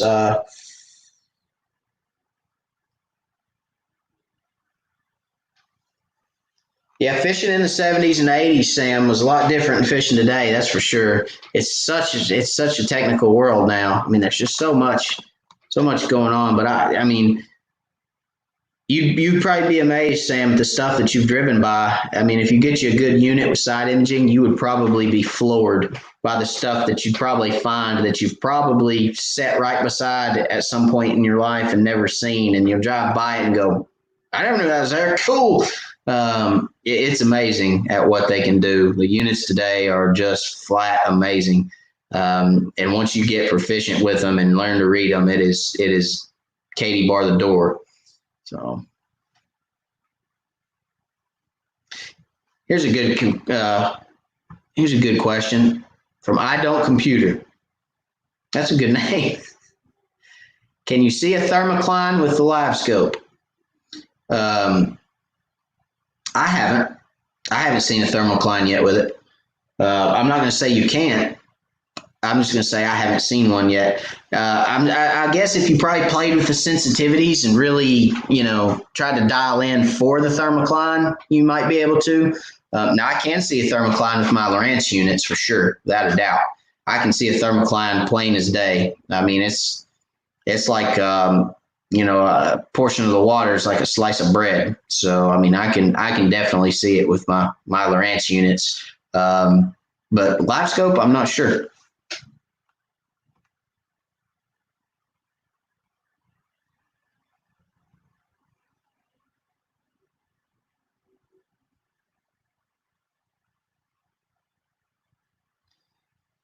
Daniel McCurry. Enjoy your videos and first time on live chat, learning a lot, but got to go to make money for fishing equipment. Keep up the great work. Daniel, thank you. I appreciate it, buddy. Have a good one. We'll see you later. Blake Hawk says, LiveScope is the difference in fishing and catching. Don't want to fish without it. I'm telling you, that's no lie, Blake. It's a wonderful thing, that's for sure. Can you catch fish without LiveScope? Yes, you definitely can catch fish without LiveScope. Crappie can be caught over and over and over and over again without LiveScope. And Sam, you are a testimony to that, because Sam, as you guys have seen, Sam doesn't even have electronics right now, and he can catch fish. Fish can be caught without it. But to Blake's point, LiveScope has changed the way some people fish, and it's for the better, and it could be for the worse, but that'll be yet to see. That'll be something to see in the future. Is it going to affect population? Is it going to affect, if everybody can go out and catch their limit, is that going to affect the lake? Who knows? It's something that we're going to have to see. People were taking fish out of the lake before, so is it going to help people take more fish?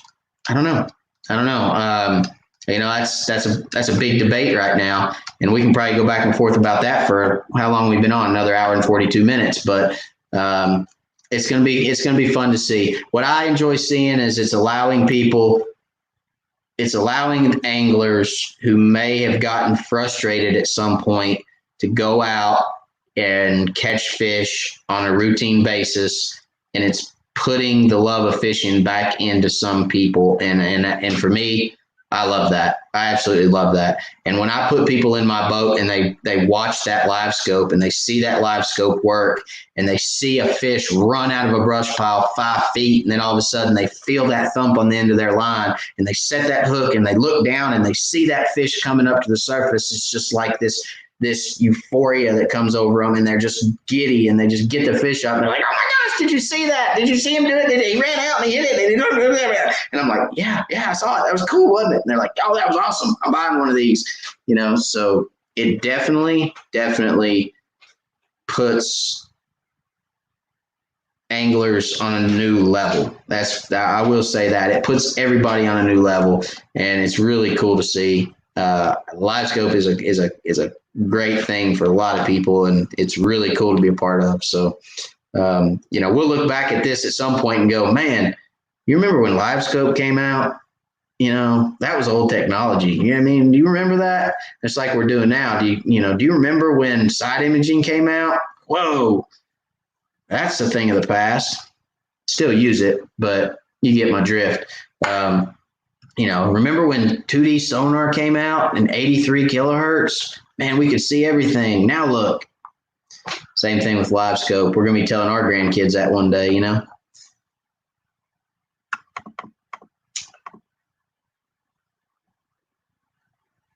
Travis, yes, getting a 0 degree bracket will eliminate the cant. Yep.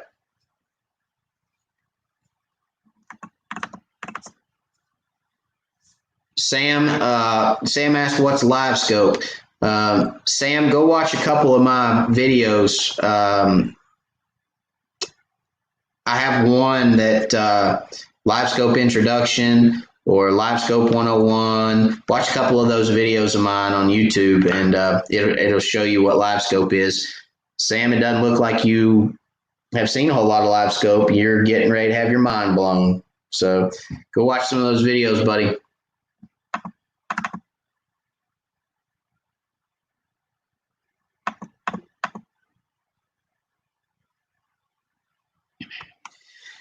George asks, what areas are the best places to put brush piles, depths, and locations? I've answered this question once before, George, and it is a great question, by the way. Thank you. When I drop brush piles, I like to drop brush piles that I can fish year round.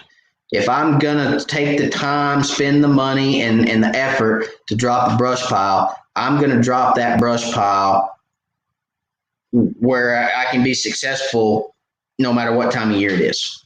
So if I'm dropping brush, I like points, I like creek channels, and I like mouths of creeks. Okay. Those three things are what I'm dropping brush on. And I'm looking for 15 to 18 foot of water. When I drop brush, I generally drop brush that is anywhere from 6 to 8 foot tall.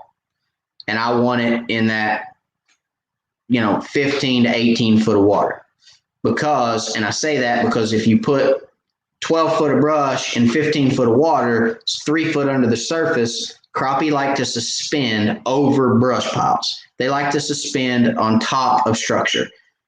If your structure goes almost to the top of the lake, they don't have any room to suspend over it. So I will put those brush piles 6 to 8 foot tall in 15 to 18 foot of water. For me, that generally works out best. And I'll put them on points, creek channels, mouths of creeks. That's where I generally put them and how I put them out.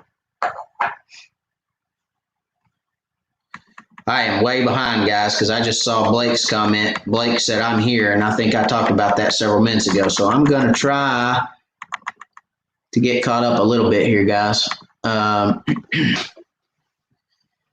Ronnie Harris, do you have a discount code for Ozark rods, and what kind of reel and where to buy? So yes, Ronnie, discount code for Ozark rods is also wired, W-I-R-E-D, wired.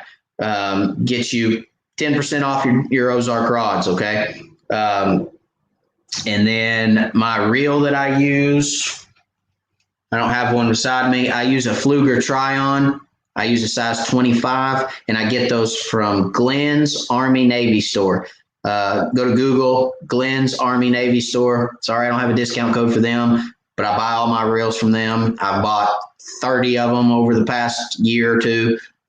They know me well. I call up there. I need some more try-ons. They send them to me. They're very well priced. They're probably the best price you'll find anywhere. They're like $27 to $29 a piece for the Fluger Try-On. Great deal. Buy them from them. Help them out. And they're great to work with. Ship quick.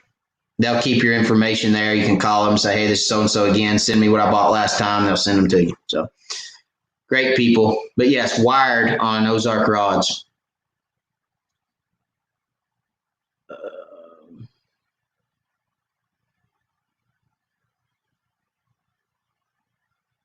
Larry said I'm frozen. Am I unfrozen?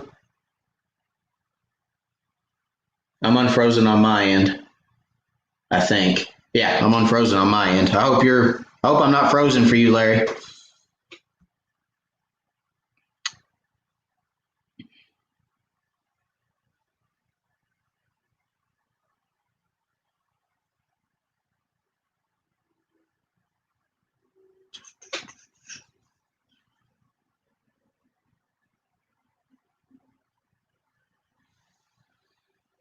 I'm reading all you guys' comments to Dawn.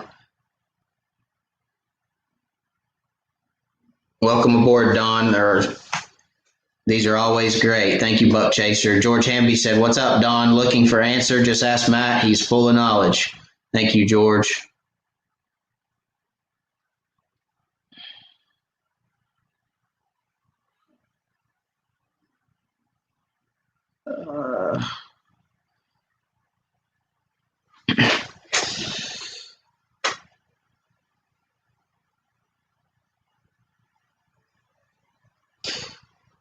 Don says he's going to subscribe, guys. Thank you, Don. I appreciate the subscribe.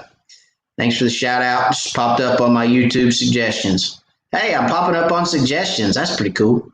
That's good to know. Thanks, Don. I appreciate it, buddy. Welcome again. Oh, here we go. Let's update everybody on Travis's dilemma. So if you've been following the lives, Travis has been trying to get his LiveScope fixed. Excuse me.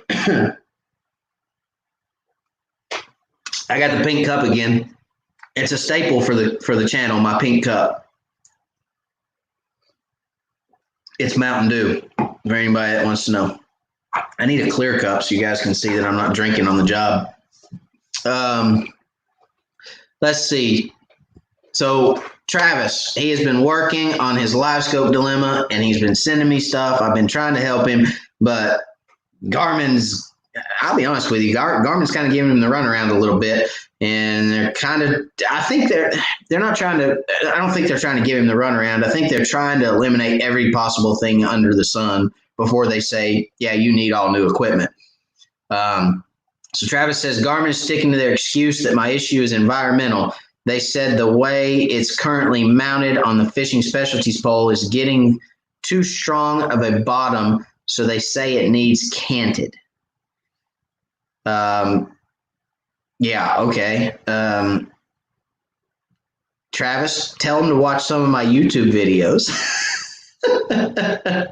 Yes, mine's not. I mean, mine's mounted the same way as yours, buddy. And I fished rock, I fished sand, I fished mud, I fished pebbles, I fished every bottom there is known, shell, slate, everything else, and it don't act like yours has. So tell them to watch some of my YouTube videos, and I don't think that's the issue. Now, I'm not Garmin, I'm not a tech, I'm not going to claim to be. All I'm saying is when you've got guys that have mounted it the same way and fish the same type of stuff you do, and they're not having an issue, I would rule that out. If Travis, I'd almost be willing to say you just need to call them and ask them for a tech to come down and say, well, send a tech down to get in my boat, or give me new equipment. Because at this point, I'm thinking you got a processor issue. From what I saw, the videos you saw me, I'm leaning more towards processor in your unit than I am black box or transducer. Because you're getting information, your transducer is working. The only constant is the unit itself. And I don't know if you told me they sent you a new unit or not, but I would lean more towards the processor in your unit. I would ask for a new unit and see if that helps. I know they're telling you update this, update that. The unit should work whether it's updated or not. If they release an update and it somehow messes up the technology they had, or the update they had before, and they want you to go to a new one because the old one is now messed up, something ain't right. I mean, I've never heard of anything like that. It shouldn't be mandatory to update your unit to get it to continue to work. So I'd probably stand up on that one and say no.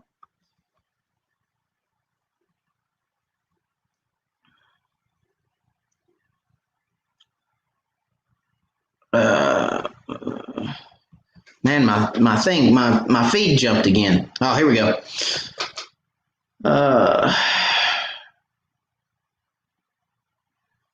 William, good night, buddy. I appreciate you being here. Appreciate your questions.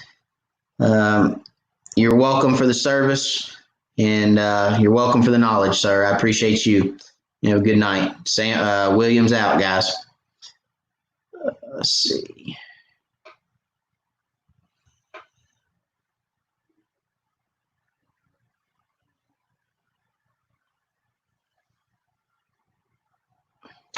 Sam says, to me, fishing with electronics almost feels like cheating, but that will change when I catch 15 to 20 fish instead of 5 to 10.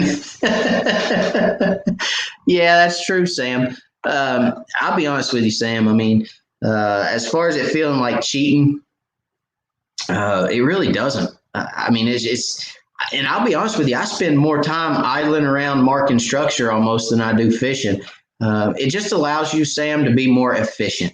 It allows you to be more efficient on the water. It allows you to, for a lot of guys that don't get the opportunity, I'm very blessed, guys. I'm going to tell you right now, and I'm going to pull off just a second over here in left field, but I am very, very blessed to have my wife. My wife is phenomenal with how much time I spend on the lake. I spend a lot of time on the water, and I work a full-time job Monday through Friday, 8 to 5. So the amount of time she allows me to be on the water is a blessing. And thank you, honey, for that, by the way. If I haven't thanked you lately, I thank you.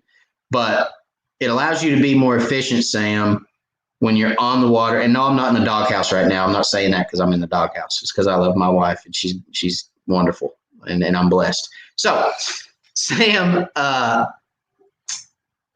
it allows you to be more efficient on the water. It allows you to locate more structure, more fish. And for the guys that don't have a day or a day and a half, a week to go out and fish, it allows you to get out there, be efficient, catch your fish, have a good day, put some food on the table, put some fish in the pan. And, I don't necessarily think that's cheating. I think that's being a good manager of time and a good manager of or steward of the land and the fish. I mean, you're going out there to catch fish and have a good time, and it allows you to do so. So I don't necessarily think it's cheating. I just think it's a step in becoming a more efficient angler. We could go as far as saying we could go as far as going back and saying a spinning reel is cheating, or a an 11-foot rod is cheating, or 11-foot or a rod with eyes on it is cheating. They used to fish with cane poles and sewing thread, with a bent nail. So, there's a lot of advancements in fishing. Technology and fish finders is just one of those, and allows you to be a better fisherman. So don't consider yourself cheating, Sam. Don't beat yourself up too bad. You know what I mean? There's a lot of advancements, and we're here to take advantage of those. So.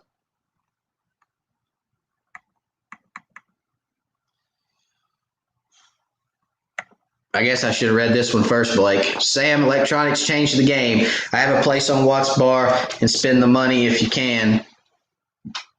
You will catch more fish when you can find them and see them. Simply said. True that.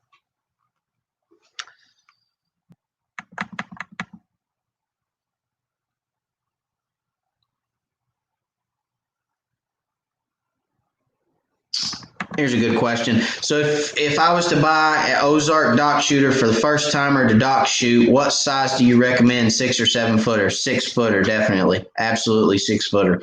Travis, 6 footer. 6 foot. I say that because their 7 footer is a lot thicker. It's a lot thicker rod, and it takes some getting used to for the 7 footer because it's a lot thicker. It's got a lot more backbone, and it will flat out fling one. But for somebody that's just starting out, it will get wild on you. So I'd stick with a 6 footer. I use a 6 footer 95% of the time. When I'm shooting docks, that's what I have in my hand. Every once in a while, I'll pick up the 7 footer, especially if I'm on Watts Bar where the fish are typically bigger and I'm trying to get them out from under a dock. I might go to a 7 footer, but I still typically use a 6 foot rod. So 6 footer is going to get you as much distance as you need.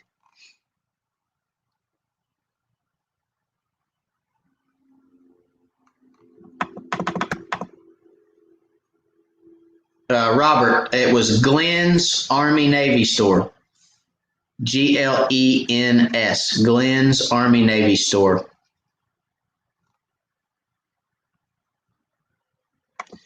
Sam, he must have seen something or watched something or Googled something. Sam says, I think I get it now. It's like a camera underwater.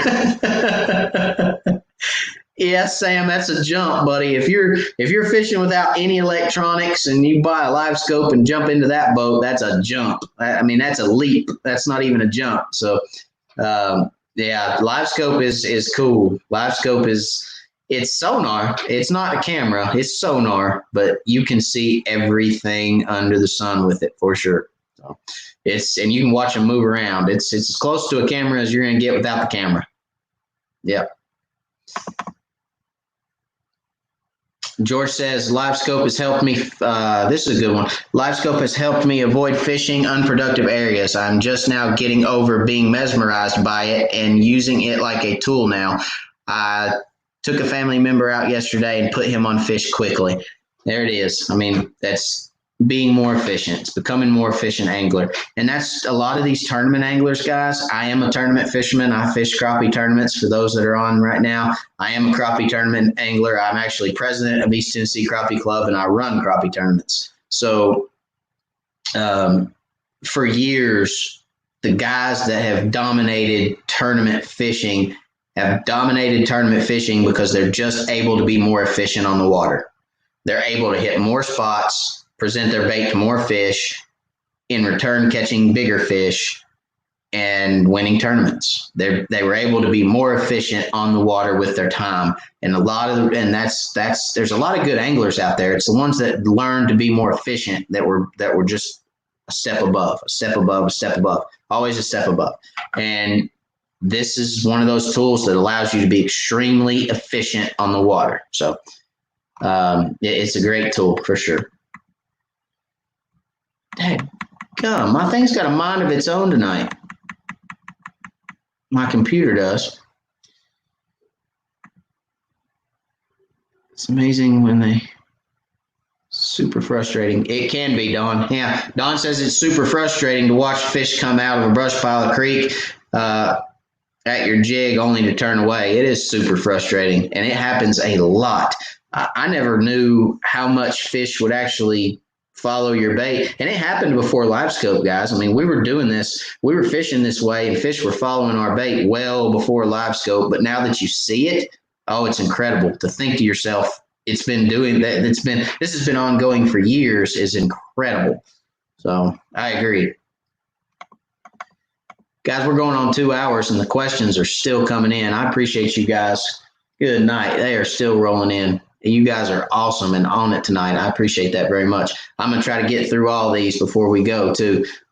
This is probably going to be our longest show ever, and I can't believe you guys hang in with me this long. I can't believe you guys don't get sick of looking at me and hearing me after this long. But I appreciate each and every one of you guys, and like you guys know, I'm here as long as you guys need me to be here and ask me questions. So we're going to keep on going, trucking right along, okay? Oh, Sam.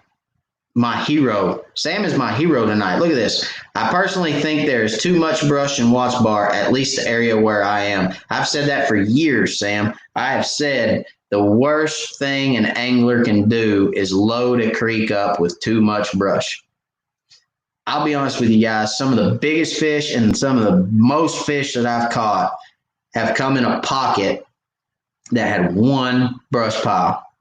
One. I've idled some pockets and literally idled them hours and hours and hours to find one brush pile, and there'd be 100 fish and big fish on one brush pile. I believe you're right, Sam. I'll agree with you 110%. Worst thing you can do is overload a creek. It spreads the fish out. That's what it does. It spreads the fish out. If you've got too much brush, those fish disperse. There'll be one here, one there, one here, one there, one here, one there. It just spreads them out, and it can make for tough fishing. So I agree with you. Brand new black box and 2 transducers. Travis, call Garmin and tell them you've had new boxes, you've had new deucers. Now send me a new unit. That would be my next step. New unit, please. Thank you. Have a nice day. I appreciate your business. I'll come back again, but you're going to fix it this time. That's what I'd tell them. I'd tell them real quick and in a hurry. Tried everything else. Processor in the unit. Got to be the processor in the unit. Got to be. Send me another one. I'd ask. I'd request it at least.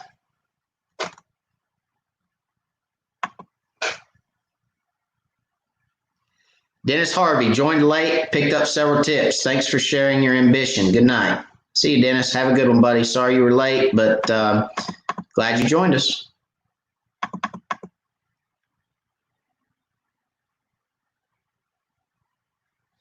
George said Garmin tried the update thing on me too. I done the rest and took the rogue image away for 2 outings.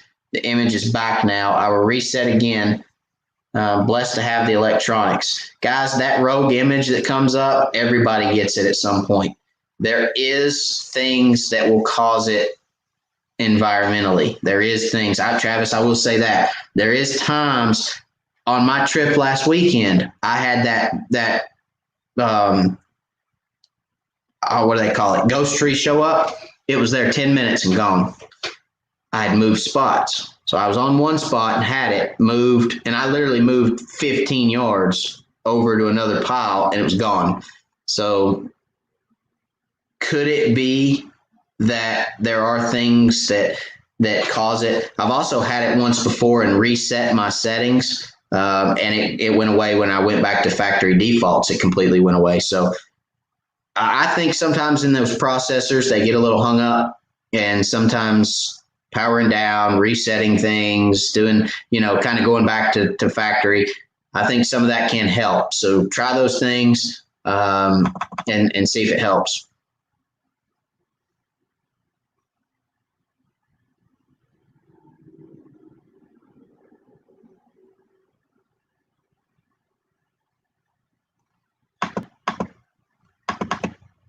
Larry said, okay. Larry said, I can't speak to Travis's problem, but as a former software guy, I will always update. Sometimes the programmer accidentally breaks something, so the new release fixes that. I'll buy that. I'll buy that. There's a lot of thought, a lot of programming goes into those things. Is this at 9 p.m. every week Wednesday? Yes, sir, Sam, it is. 9 p.m. every Wednesday. We are here live, talking and conversating and asking questions and shooting answers.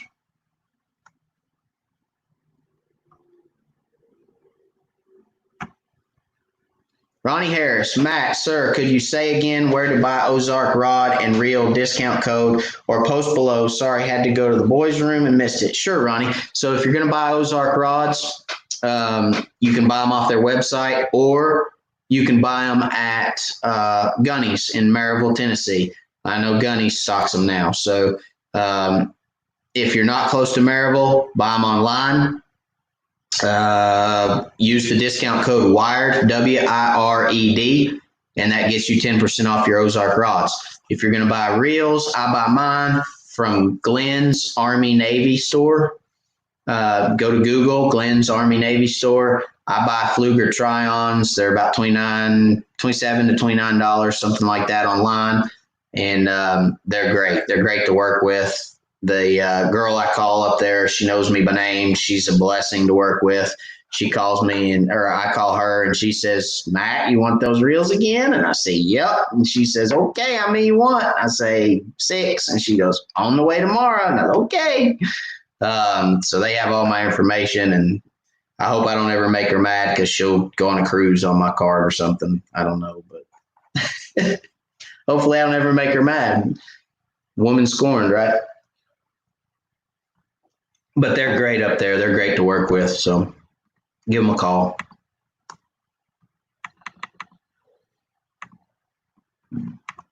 Thanks again for your time, the videos, and the live channel. I'm learning a ton. Good night and God bless. Good night, Ashley. Thank you, sir.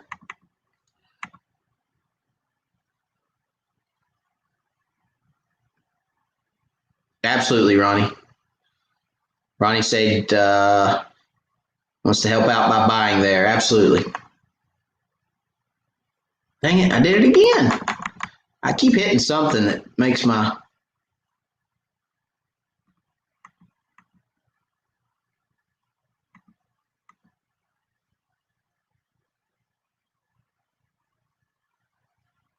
Anthony Marshall says, caught some fish over the weekend that still had eggs. Water temp is 72. Should they have already spawned? Yeah, I think they probably have, Anthony. Thing is not every fish in the lake is going to spawn out. You'll catch some fish into June and July that actually still have eggs in them. There's environmental things. There's things that cause fish to, if a wave of fish moves up on the bank and then the temperature drops, or you get a big storm with lightning in it, or, they draw a lake down or fill a lake up, or, TVA does that here all the time. They drop lakes and fill lakes. So if a wave of fish moves up and they just don't get it right and they move back out, a lot of times they'll just consume those eggs. They'll hold the eggs and they'll basically eat the eggs, and they just won't spawn. So sometimes you will continue to catch fish into the summer that have eggs in them. I think most of the fish in Tennessee that are going to spawn have spawned. I could be wrong, but and you may still catch a few scragglers. You may still catch some male fish on the bank, but I saw way too many fish that were suspended in open water on the way back out of the creeks last weekend. So, and the depths they were suspended at didn't seem like spawning fish. I mean, they were deep. They were 15 to 18 foot suspenders, and generally that's post-spawn pattern. So they're on their way back out, in my opinion. Blake, good night. Which Fluger did you say? Travis asked. The Fluger Try-On. I use the Fluger Try-On. It's a little cheaper. It's about half the price, roughly, of a President, and it's the same quality. Fluger's got great quality reels. Don, talk to you later. He says time for bed. Sam, back up. Easy. Sam said he was a divorce lawyer for 10 years. He said, have your wife give me a call. Hello, Sam. What's going on, man? Come on. I'm not in the doghouse. I told you that. I'm not in the doghouse. I was just trying to be nice to my wife. She's a blessing to me. Travis said he can talk fishing and college football all day. Yeah, me too.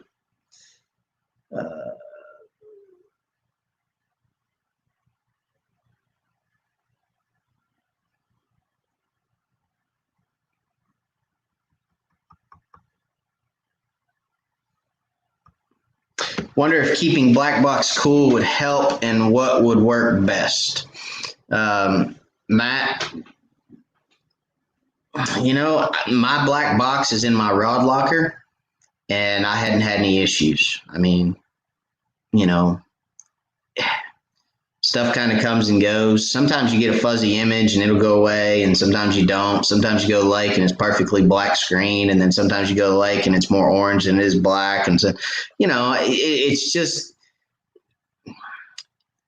you're not going to get perfect. None of them are. I don't know anybody that's perfect all the time. I think even if you talk to the pros that are using them, they're not perfect all the time. Sometimes you got to read through some clutter. Sometimes you got to read through some image stuff. I mean, I don't know anybody's. I've never personally seen one. I've seen about 50 different units at this point besides mine, and none of them are perfect. None. There's always this little blip here. There's always this little bit of image that's fuzzy, or this little image, this little sliver image that is dead, or you get this little faded ghost tree, or you get a return, a double bottom return, or you get and it always seems to kind of come and go. It's kind of sporadic for people, so I don't know that. Keeping it cool, I know people that have mounted them on the deck. I know people that have mounted them in rod lockers. I know one guy that put his in a cooler that he didn't use, obviously. I mean, it's not one that he puts ice and drinks in, but put it in a cooler. And then I know we've got one that's in a portable bag that stays pretty much open air, out of sunlight. So, I mean, I don't know. I don't know if keeping it cool would help at all. It probably wouldn't hurt. I mean, it's electronic. It gets hot. So keeping it cool is probably a good thing. But, and I know guys that ice fish with them that have same issues. So, and they're definitely cool when they're on the ice. I don't know. I mean, they're regulated. I mean, they're in a hut, and it's regulated to 65 degrees or something in there, air temperature. So, I don't know. I don't know if that'd help or not. Try-on 25, Travis. Travis asked about the try-on size. Fluger try-on size 25 is what I prefer.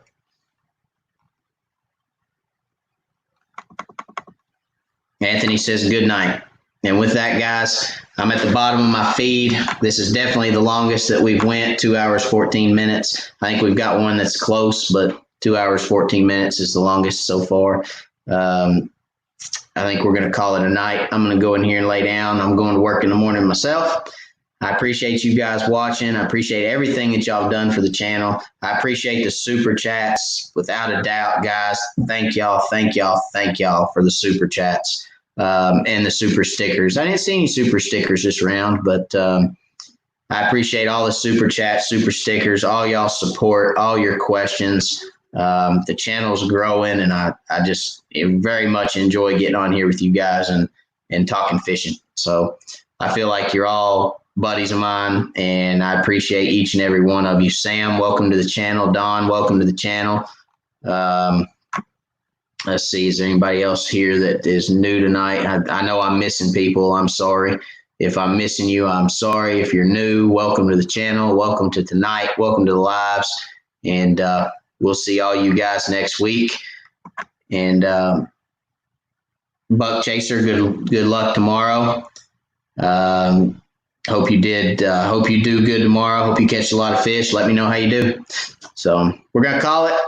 I appreciate you guys for watching. Next week, same time, same place. And watch out for my video coming out. I'm going to try to get it out tomorrow. If I don't get it out tomorrow, I will get it out. Matt, thank you, Matt. If I don't get it out tomorrow, I'm going to do my best to get it out Friday afternoon. So this week's video is coming at you guys pretty soon. It's a teaching video. We're going to do a little teaching. So I know you guys like to learn, and I like teaching. So we're going to stick with that theme, and I'm going to do a little bit of teaching again this week. So thank y'all. God bless. Good night, and we will see you guys next week.